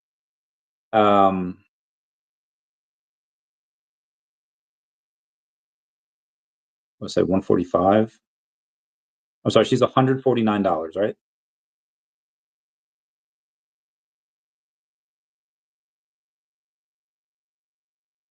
She's $149. I'm going to give people $20 off and sell it for $129. Yeah, the VeVe price is $149, and I'm selling for $129. So they get the confirm listing. They get $20 off, and you here will be able to get that discount because that's what you're doing. Yep, create listing, initiate, confirm listing. Waiting for confirmation. No. All right, listing initiated. Let's go. Let's see what Rose Open Heart is listed for. She's at $75. So I'm going to sell now on Stackr for Rose Rare Open Heart. She's at $75. And I'm going to get her, I'm going to list her for, what did I say? She's at 75. So I'm going to get her for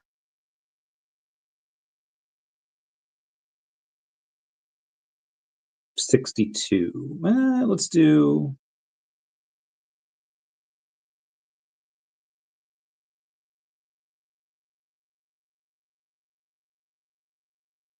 Let's do 60. She's going for 70 something. Let's do it for 60. This is 20% below floor. She's at 75. I'm going to list her for 60. So again, 20% below the floor.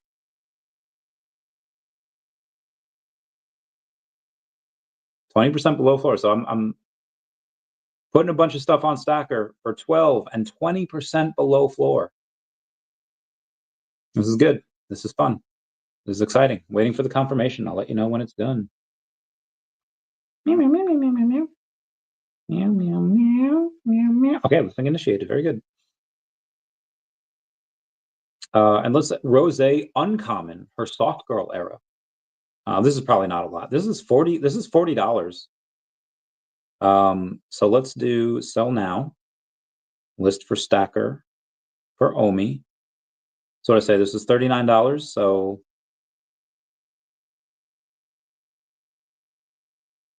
$39.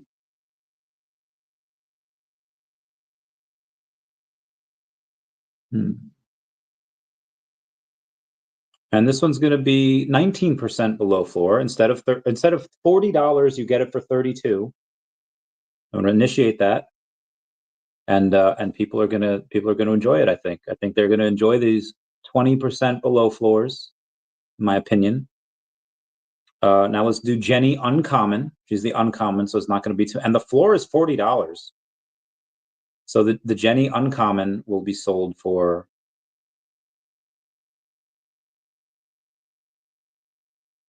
what it says, $40. So it's going to be $32. So again, 19% below floor. 19% below floor, you get her. $32 instead of 40, and I think people will buy because it's an OMI. It goes to burn the OMI. You know, I get a little bit out of it, but I'm glad people are getting this bread. This is what we need to do. This is what we need to do to burn some OMI. Now we'll go to Rose Common. She might be like $9 or $10. I might not even sell. Is $55 for a Rose Common? That is too high. That is too high. I think it's too high. So we're going to go and we're going to sell it for cheaper. People should not be forced to pay $55 for this. People are going to pay.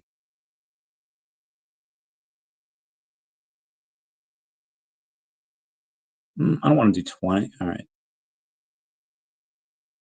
People are going to pay $45. They're going to get it 17% below floor. That is what they're going to pay on Stackr. 17% they save. I think they're going to do it. How do I move only from my VeVe account to Stackr? Oh God, there is a bridge. I am struggling to remember what the bridge is.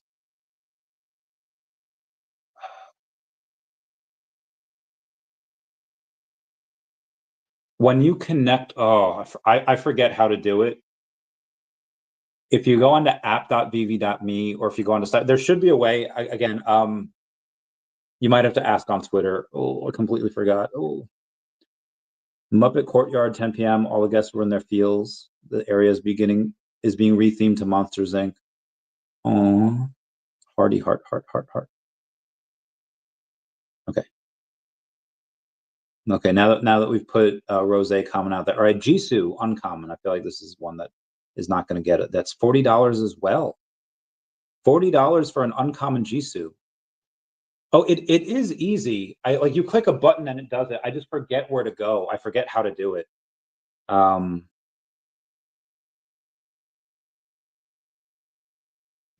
definitely not. Okay, we're not going to do 24% below.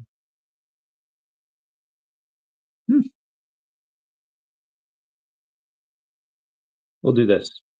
Jisoo Uncommon is $40. We're going to sell it for $32.25. We're going to sell it for 19% below floor. That is what y'all are getting from me. You're getting big discounts. Big discounts. Big discounts. Okay. PF question mark. Waiting for confirmation. Ooh.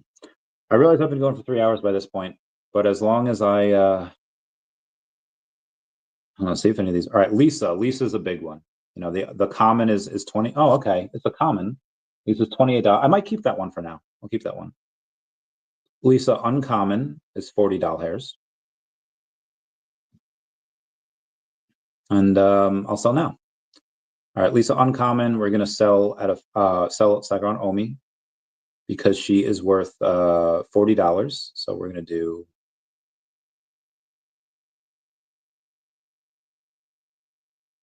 We're gonna do 19% below floor for Lisa. Get it for $32.37, not 40.